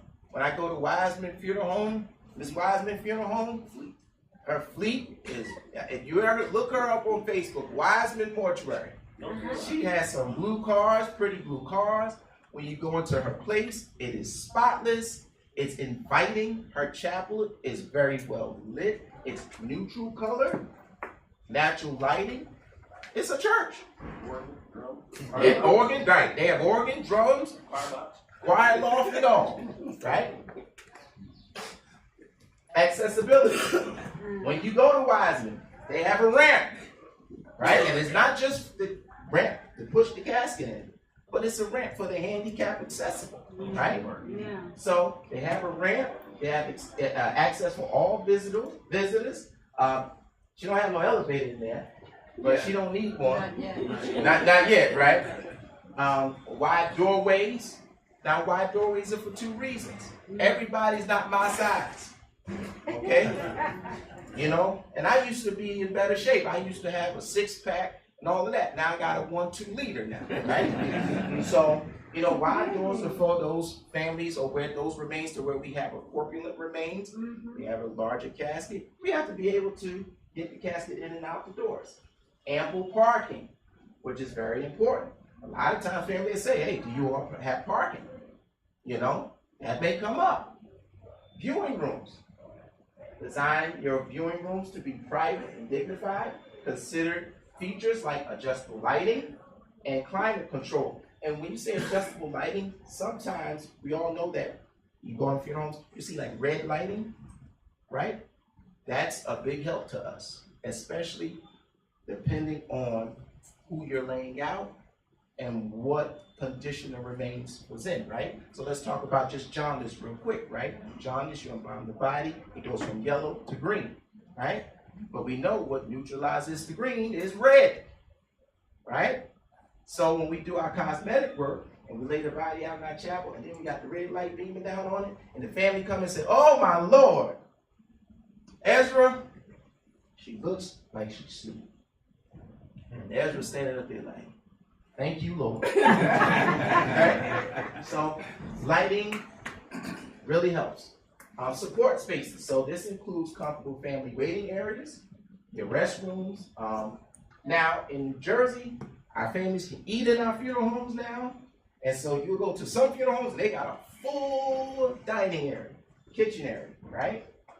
You want to ensure that you have sufficient storage space, supplies, and your records, right? You need to have a space to keep your records. I want to jump back to supplies. Now, when you go to Trenton, New Jersey, to Ledford Funeral Home, right?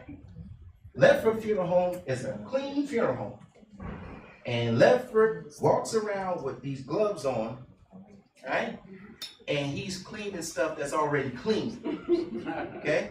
And we talk about him because he has, in one room, it's like a whole display shelf, like you're in the supermarket of just cleaning products, right? But that's how he is. He wants everything immaculate, everything clean. When you go into his office, even at school, because I work for him, right? I go in there and I have trash in my hand, and I go, oh yeah, that's right. He has no trash can in his office. He doesn't keep trash around him. So he has the trash can in the whole room, right? But that's the way he is, right? Very clean, you know? All right. So, we're going to talk about developing, training and development. So, initial training. So, comprehensive on board for new hires, which covers all aspects of your funeral home operations. So, when you hire an individual, you just can't put them out there on the funeral. You have to give them some type of training. Even if they come from have funeral home background and comes from another funeral firm. Because each funeral home is like us. We all have our own individual personalities. And funeral homes have the same. So I can't go from Mr. Manisi's funeral home to Yogama's funeral home and do what I did there. It may not work. So what happens is, once Mr. Yogama hires me, he's going to give me some onboard training to let me know his way of doing things, right? How he likes his services set up. That way I can keep and maintain employment. Continuing education, which regular workshops and seminars that keep your staff up to date and in on industry best practices. So that's what Kyle, when he was talking about CFSP, right? That's a part of continuing education. In the States, we are required to get continuing education credits in order to maintain our licenses. And they will check, okay? I got a letter earlier this year from the board, and they wanted me to provide them with proof that I maintain all of my continuing education credits for the biennium, right? And if you don't do it, you will get a fine. They don't play. They even sent the letter to some board members, so they didn't care who you was, right? So there was board members who had to provide proof that they went and got their education credits. With CFSP, not only do we get the 10 credits or 10 or 12 or 6 or whatever your state requires, but we go over and above. And so the good thing about being the CFSP is that I never have to worry about whether I have enough credits or not. I have credits, I can give them away to a whole lot of people, right? But it's maintaining that level of professionalism to where I'm always learning something.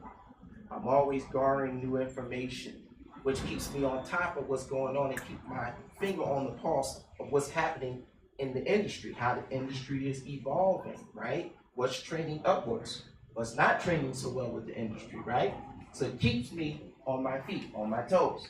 Specialized courses, advanced training in areas like grief counseling or embalming techniques, which improves your expertise. They have embalming specialized courses where you go 2 or 3 days and you'll work on different types of difficult cases and you get a certificate for it, and that just keeps your skills set, you know, to a certain level, right? Top tier embalmer, you know, to where people will call you because they know you have that skill set.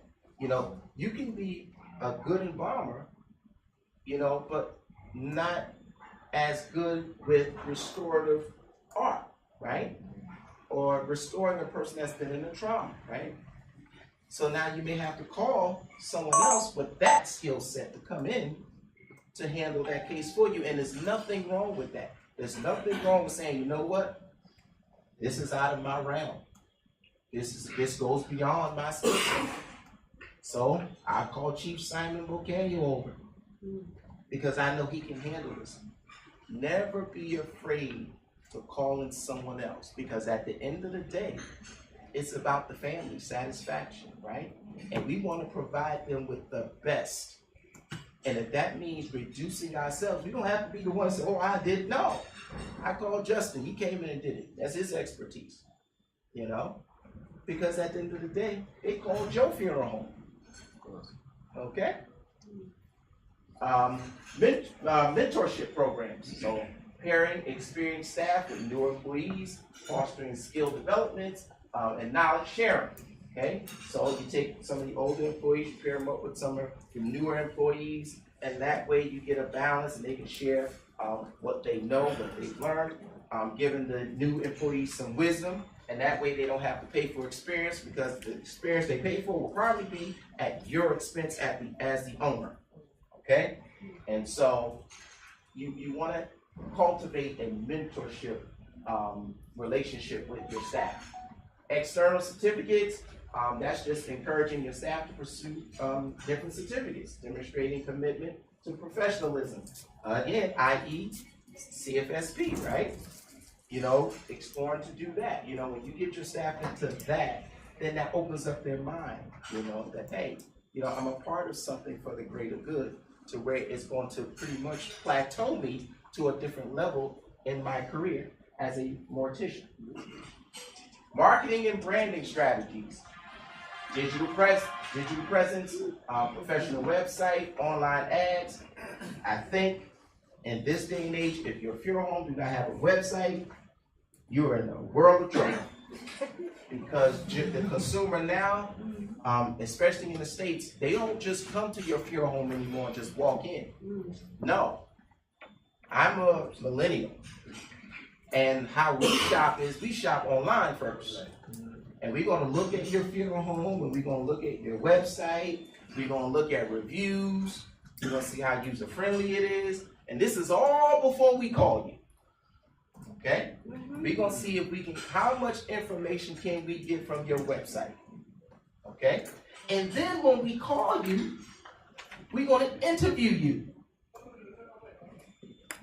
And then after that, we're going to call some other people to ultimately finally come in. And when we come in, the arrangements won't take that long.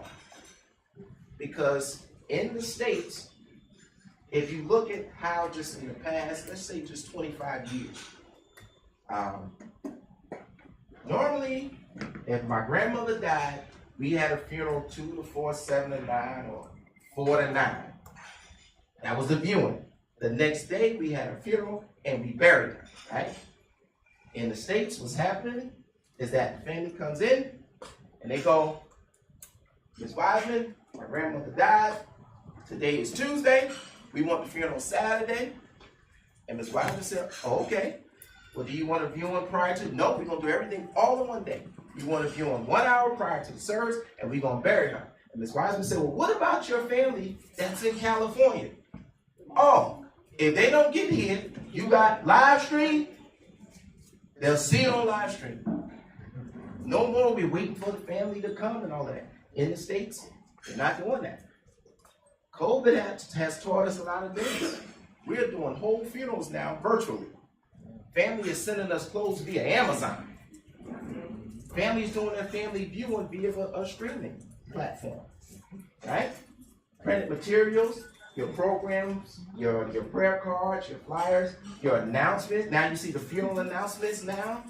No, you don't have to get on the phone and call Aunt Darlene and tell her that grandma's funeral gonna be Saturday.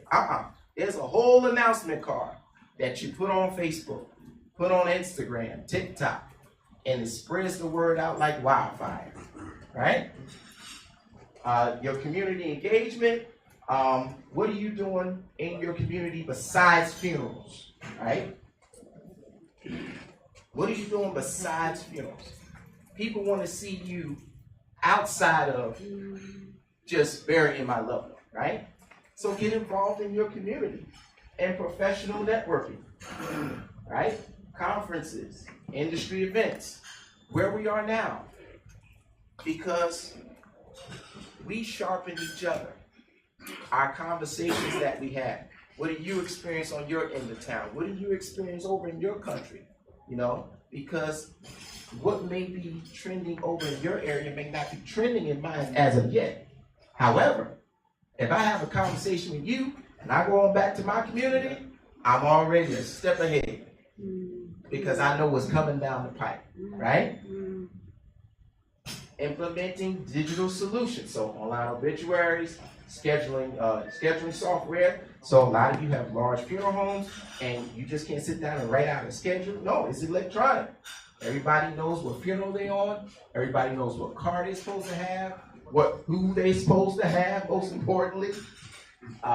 Grief counseling, offering online support or in-house support, in-person support, to where you bring in a grief counselor and invite some of your families. And be a resource for grieving families. You know, hey, you know, you have a child, parents, untimely death, you know that child is going to need some help. Be a resource. There's nothing wrong with referring your family to someone who's going to help them because you know that individual will need help down the road.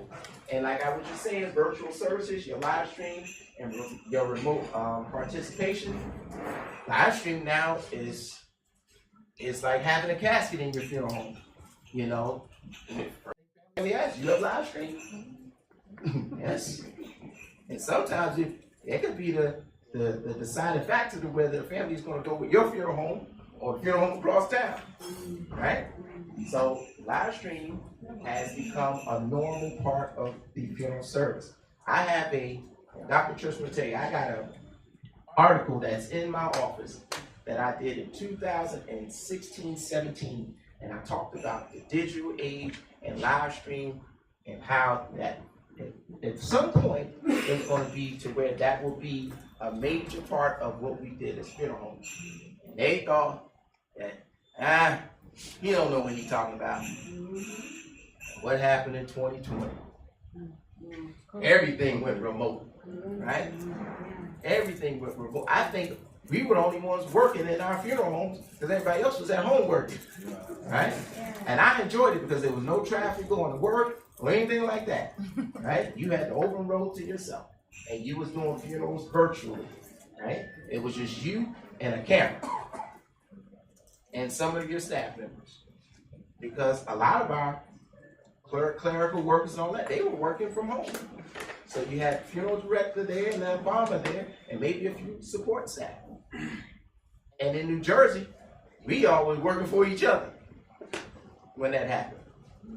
We all literally was working for each other. Okay? All right. Enhancing customer experience. So personalizing service.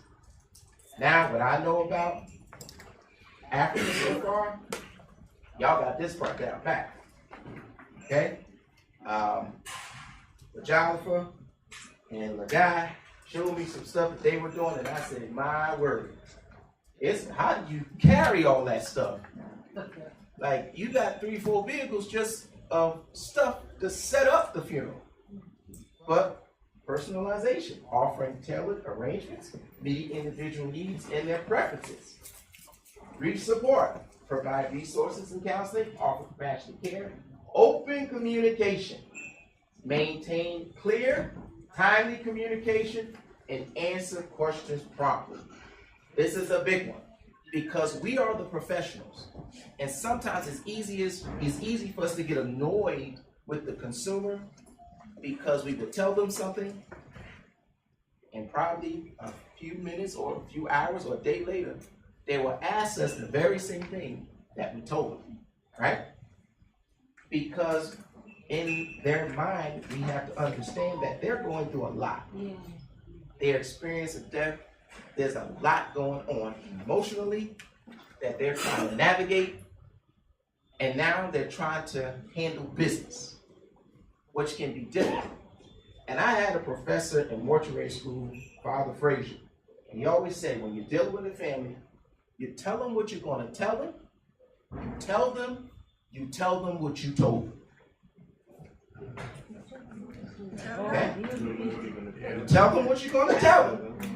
You tell them what you told them. And that's the method I use. As you reiterate things to the family, it triggers, right? And they start to remember, yeah, because I just keep reminding them. And there's nothing wrong with just reminding the family what they need to do as far as to make sure that the funeral goes off the way it should. And flexible options, offering various services and packages and cater to a diverse budget, okay? Because everybody's not going to have money to get the high dollar funeral, or they may have money at all, right?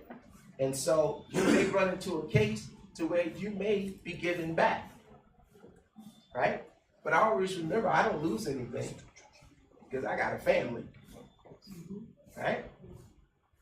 And at the end of the day, everybody in the family won't be without.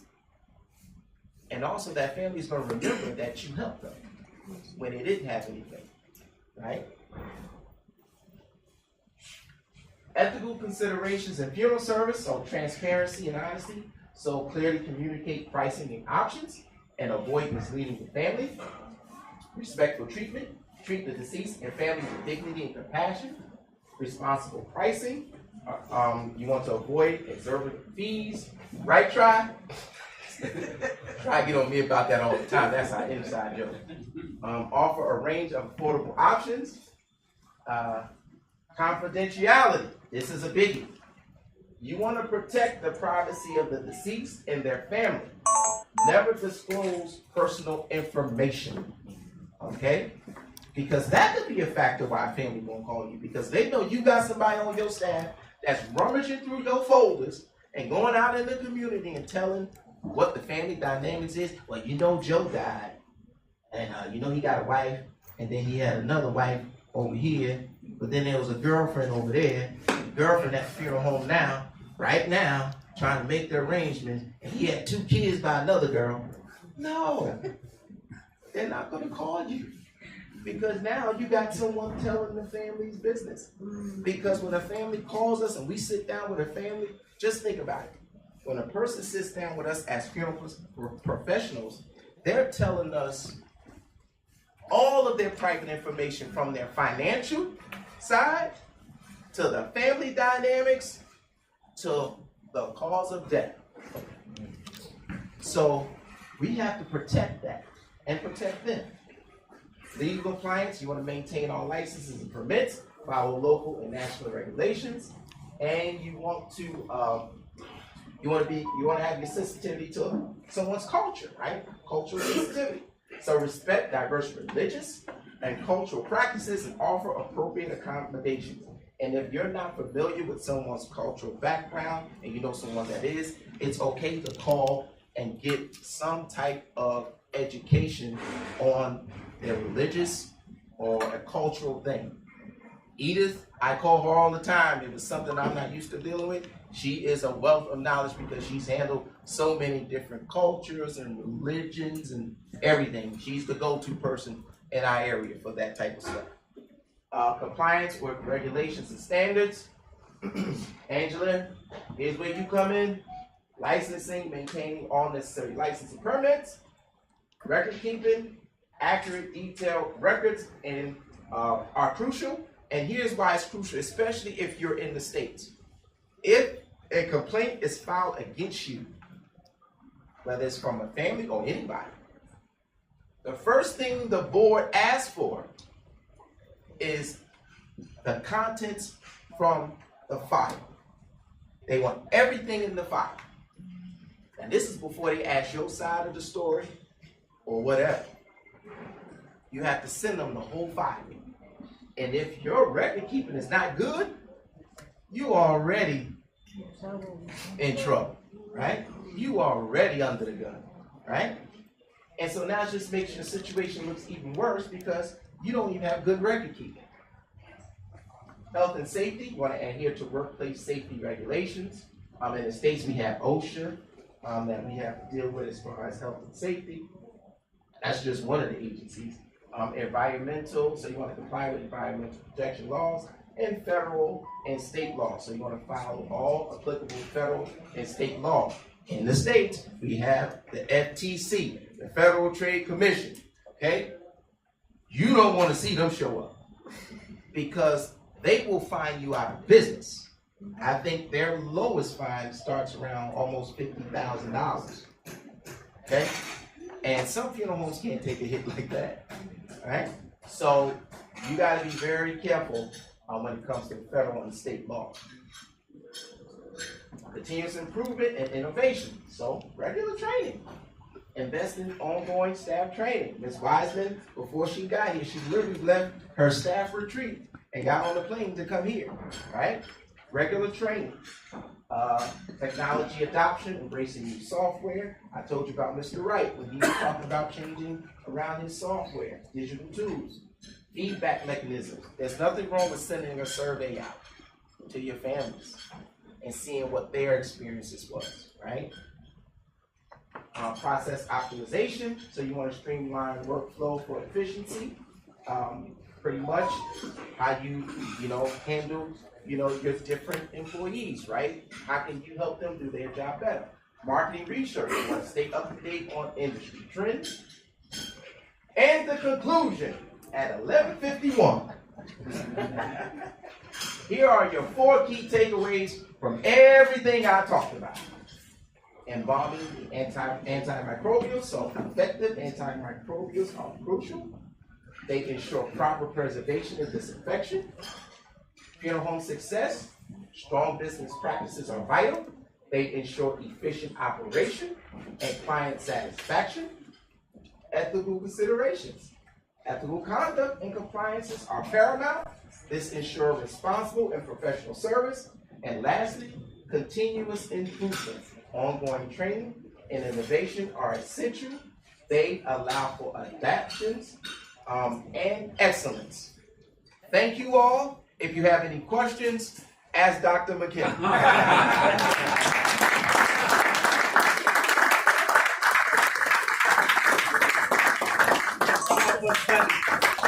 Stand up.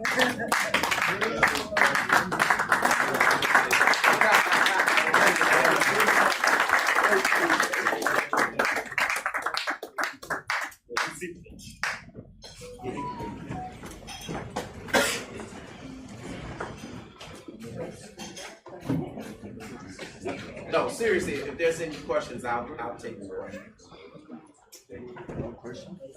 Dr. McKinney would gladly do that. Lois, I see your There's a hand. question there. Yes. All right.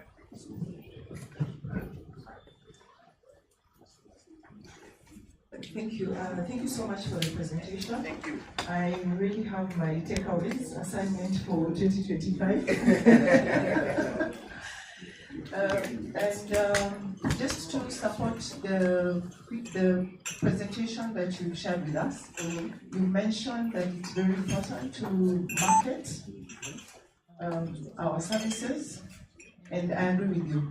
So if you go to social media or you just go to Google and you Google Lois Dawa repatriation, there's a journalist, he's called Biko, he interviewed me about repatriation, and there's a family that wanted to repatriate, and they just Googled repatriation on Kenya Airways, found the story, called our contact center, and the contact center referred the customer to the family to me. So that's how we get a lot of repatriation requests across the world. So they just do repatriation on Kenya Airways, they find my story, call contact center, request for Lois Mbewa, and then we connect them with the right to funeral home within the location that they are, if it is in the US, South Africa, if it is in Malawi, Zimbabwe, or London, we just refer them. Yeah. So that's just to give feedback to the funeral directors that we need to now go online. This generation is looking for information online. They call when they already know what is required, but then we help them to connect them with maybe the embassy, because we've also partnered with the embassies, and then we support them with the repatriation process. Right. And so basically, all they did was they just put in that little verbiage, and they pop up. It happens with your funeral home too, right? If someone puts in just funeral service and in your area, if you're at the top of your game, you will pop up first before everyone else pops up. And that's what you want. When someone Google searches you, you want to be able to say, they say cremations in South Africa, right? Johannesburg, Majalica pops up first. And they get to see, oh wow, he has 5 stars. A lot of individuals have a lot of comments about him, you know, because he gets a lot of hits. And the more hits you get, the further to the top you go, right? Anyone else? Thank you very much. Maybe this one will go to the organizers of the event. That presentation has been very powerful. Thank you. I must say, the man of presentations for this for this event. My request is, can we get print out what has been presented, or we get on our emails? Yes, I can email the presentation to Ezra, and then Ezra can disseminate it to everyone. That's good. You're not gonna send it fast enough. Ezra's not gonna send it fast enough? No. Ezra, I heard him. Justin said you're not gonna send it fast enough. I said it very fast. Okay, No, I said it very fast because I have to sit down, see who attended. It's very bad to send for someone who never attended. It's true. Yeah, because it say, after all, Ezra will send it. So I'll send it to you. International guests will get as fast as he did it before you will leave this country. And that is true. And that led to something I talked about, to where, you know, we get together at these meetings and all of that. We are a resource for each other. So he made a valid point. Why would I send this information out to someone to where you all came here, registered, took your time, paid to be here to get this information? I'm going to send it for free. Yeah. So I agree with that, Ezra. Yeah. Okay. Thank you for the presentation. I just want to get your view on something. I was keen into what you said about digital marketing, and basically because the now existing generation is actually online. That's where they actually reside. But due to some constraints in terms of digital marketing, based on lack of information and other matters, what is your view on deploying a PR company to actually deal with the company's digital footprint? I just want to get your view on that. Yeah, so there are some funeral homes who hire outside companies who handles public relations for them. And there's nothing wrong with that, because if that's not your skill set, okay, it's all right, like I said. If you good at embalming but not as good as restoring, you call in somebody who can handle that. So if I'm not good with, you know, public relations and that digital nuance, then I'm gonna call somebody in. When we were at NFDA, we met a boy. He had to be, how was he, about 9? He accepted the award for his family's funeral home. And he's this little guy. When I spoke to his father, he said, He handles all of our social media sites. Yes. And their funeral home, TikTok and all of that, and he's on there and he's pushing it. And they was like, that's his job. And it was funny because when they had the Pursuit of Excellence Award for their funeral home, and that little guy got up there, and if he got behind his podium, you wouldn't be able to see him. And he accepted that award. He was dressed.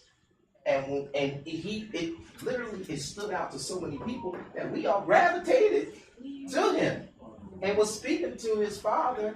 And he said, no, he handles all of our digital platforms, our TikTok and all that. And that's another thing. People are not just going to Google, TikTok, Instagram, Facebook. You don't even have to put things in the newspaper anymore. Just put it there. Because unfortunately, it's kind of a two-edged sword.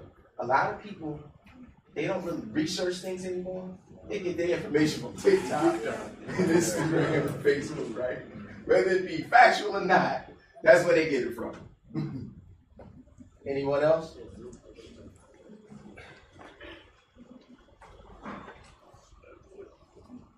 Yes, mine is not a question, but just to add up on what Lois said about the repatriation through the airlines. I want to insist, yes, you can use the repatriation for airlines. Us as Funeral Service Association of Kenya and African Federation of Funeral Services, we are here to protect our members. What has been happening in our country, there are too many quacks, cartels, people who don't have a funeral home, they don't have a funeral service, but since they have the connection, they are the ones that are getting the business, and then they now give it to the other end. So what we want, as the National Funeral Directors and Morticians Association in America, no matter what airline you use, let's say it's coming in Kenya, the best contact to use after using the airline, you can contact the Funeral Service Association and we tell you, yes, the person you're dealing with is correct, he has a funeral home, he has a place that is well established, he can do that job. Or we can tell you, yes, the person you're giving business is not licensed, is not registered with the company, is just a cartel who's out to make commission out of it. So do some double check. If you don't with the airlines, do with our association. If our association you find that you want to go to a country that let's say in Malawi, and you want to know, is it Mutunzi or other company, then African Federation of Funeral Services can be of hand, because I have all the contacts of funeral homes and funeral services across Africa. So we can give that list. So any person wants challenge, let's say Wiseman wants to bring a body, maybe he wants to go to DRC Congo. I can remember Monjali folks asked me about the contact for somebody from DRC Congo. It's easier for us to tell you, go and deal with this person, because if we don't do that, then our name here in Kenya, the Kenyans don't know. You have called the body, I don't know it's called where. Then the issue of somebody misplacing in the body. So to avoid that thing and protect our industry and our members as much as possible, it's better also the associations and the federation to be contacted to all other people who own the company. That's my take. All right, so any more questions? No? So since I'm still up here, I'm gonna ask the exec board to come on up here, Dr. Brand, and our international ambassador, Dr. Churchman, to come on up, because we just got a presentation to do, and we're gonna be out of you all's way. Can you do me a favor? I gotta need to get this out of the way. Yeah. Wherever Ezra can say we're with.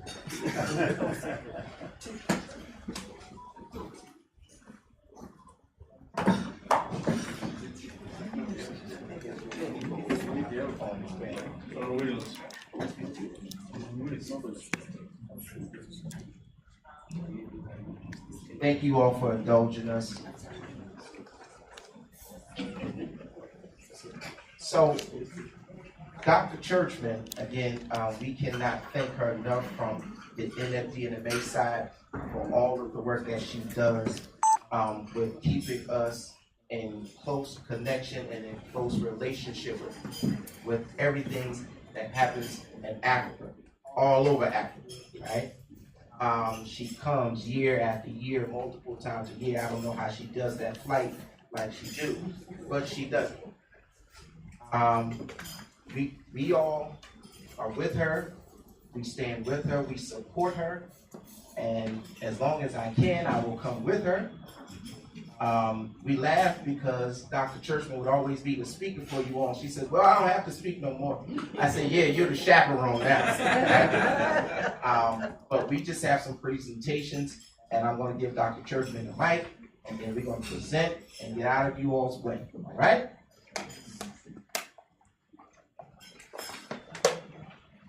So thank you. It's been a pleasure to babysit you all this week.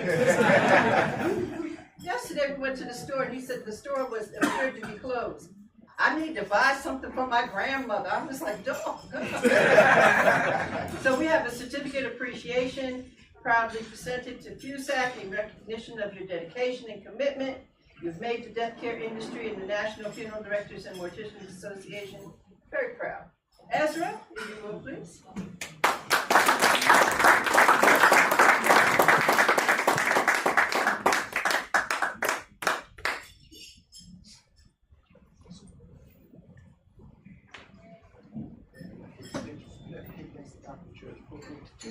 Stand next to the baby over there.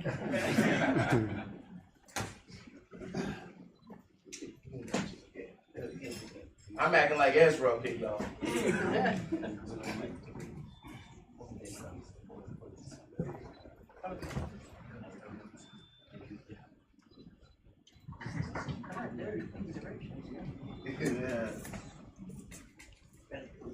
All right. You're welcome. Our next certificate of appreciation, come back, Ezra. Ezra, you're large and in charge.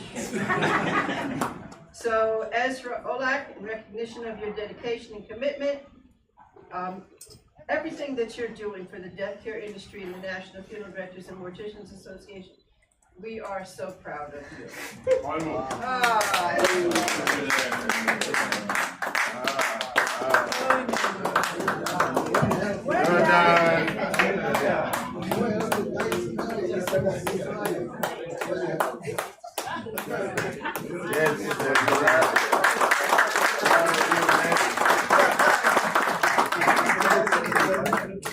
Now we know sometimes Ezra might bully you all around a little bit, but it's okay. And finally, last but not least, a certificate of appreciation proudly presented to Chief Simon Boyk.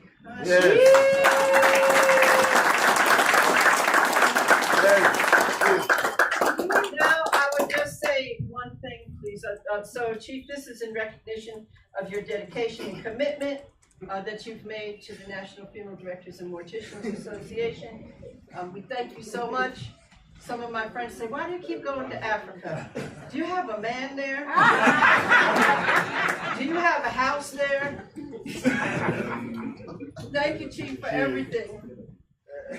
I'm your husband. My husband. Thank you. You're my homeowner. I'm going to tell the Swaziland chief.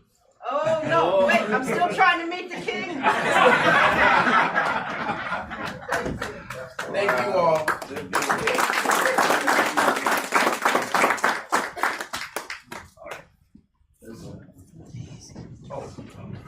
One more announcement. Our treasurer is going to come and he's going to give us some information about our convention that's going to be in New Jersey, where Eden Churchman is from. Yes, very quickly, everyone, we just wanted to open our arms and extend the invitation for you all to join us in July of 2025 at our national convention, which will be held in New Jersey. Again, we just wanted to open our arms and extend the invitation to you all. Please let us know if there is any way that we can support you in getting there. I know there's documentation processes and things like that, but we are ready, willing, and able to assist you all in transitioning to New Jersey. As a high point, because some of you have been asking, you will be 15 minutes from New York City. All right? So, welcome.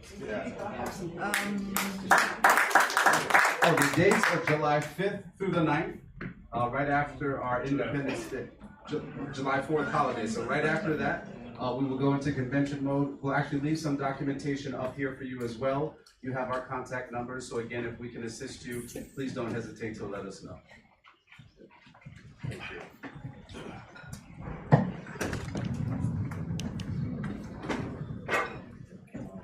All right, shall we appreciate Prof and the entire team from America? Shall we appreciate them?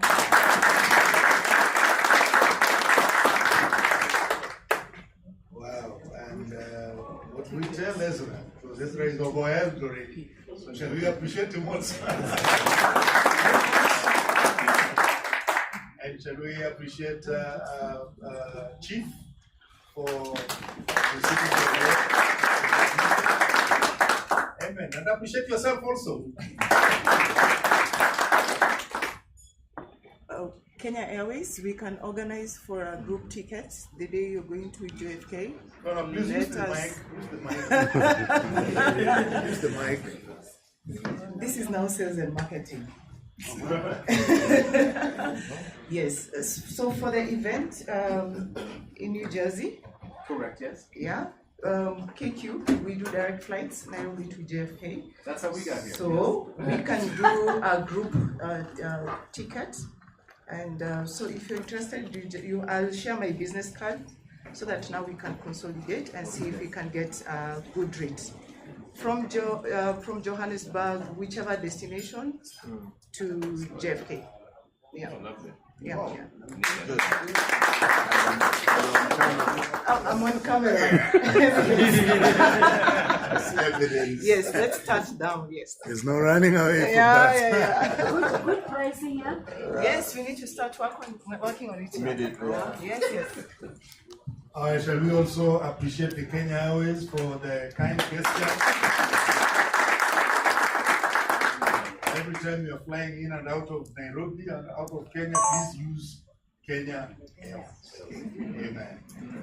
Now, at this juncture, I want to bring on Ezra. He will give us some announcements and tell us how we are going to behave in the next few hours. Thank you very much. Let's give a round of applause once again to our delegates from United States, Professor Ken. Thank you very much. Thank you for that. It was a very powerful presentation. And I hope Angela from Kenya Bureau of Standards, you have taken some points on the minimum standards required for a funeral home. You have given us an easy time in our technical committee. Now we shall work on that. As we take our tea, we now want to do, we have come to the end of our conference.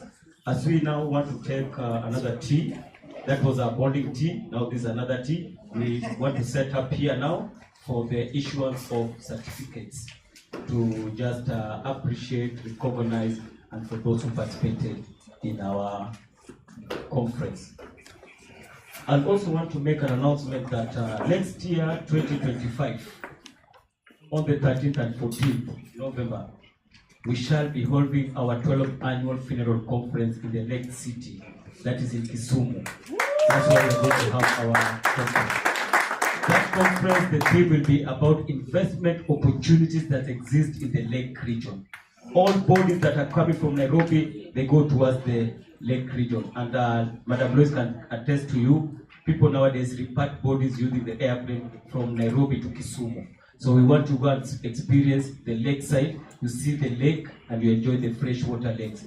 You can do, with our conferences, we don't change our dates. It's always, it will be 13th and 14th. We don't change date. You can just book your ticket even now. I won't change. Only thing that can change is the venue. But it will be in Kisumu. We can change the venue, but we cannot change the dates. Even for 2026 and 2027, it's more predictable. I can remember even Dr. Edith Churchman reminding me, your conference is about to happen in November, this kind of week, right? Yeah, it's right. That's how our thing. Let's have to other member countries also try to make it more easier for us also to predict your dates for the convention, because some countries have challenges and there are some people who are employees. People work with the government. It normally takes like 4 to 3 months to get an approval for them to travel outside. For United States, it's very hectic to get a visa it almost take a year for us to take a visa. I was supposed to be the convention last year, but since he already has a visa for over 5 years, so that's why I sent him to go and represent Fusak. So when I was trying by June, then the 10th. So try to make it as you live here. Just give us the letters. We start processing that issue of visa. Another announcement I want to make for the African Federation of Funeral Services. For those who want to become members, you are allowed to become member as an individual company.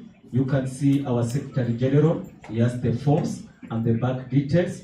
You can fill in the form. The registration fee is $100, and every year you pay $100. So when we are going to have our next meeting in Kisumu or wherever where the members will decide, only registered members will be allowed to enter into that meeting. Even if you are two, that two we are ready to go, because I know with time the number will increase. So we want to give all the registered members only. So get the form from Mojali Farm, our Secretary General for AFFS.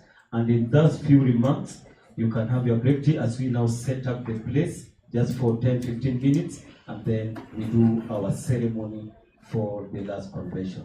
Thank you, and may God bless you as you take your tea. Someone can pray for tea, and I call Mr. Justin, kindly please, our Vice President, pray for the tea. All right.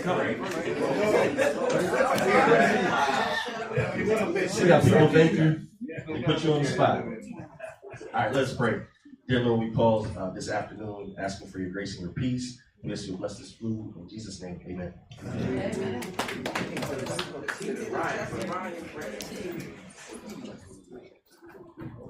All right, the meeting is temporarily suspended.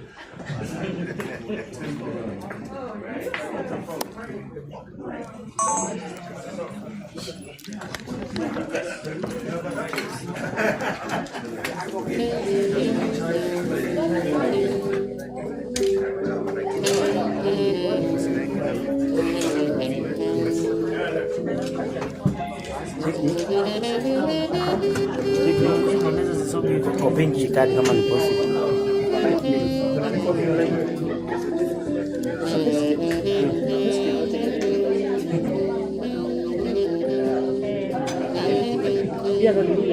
Unaweza kopi hapa.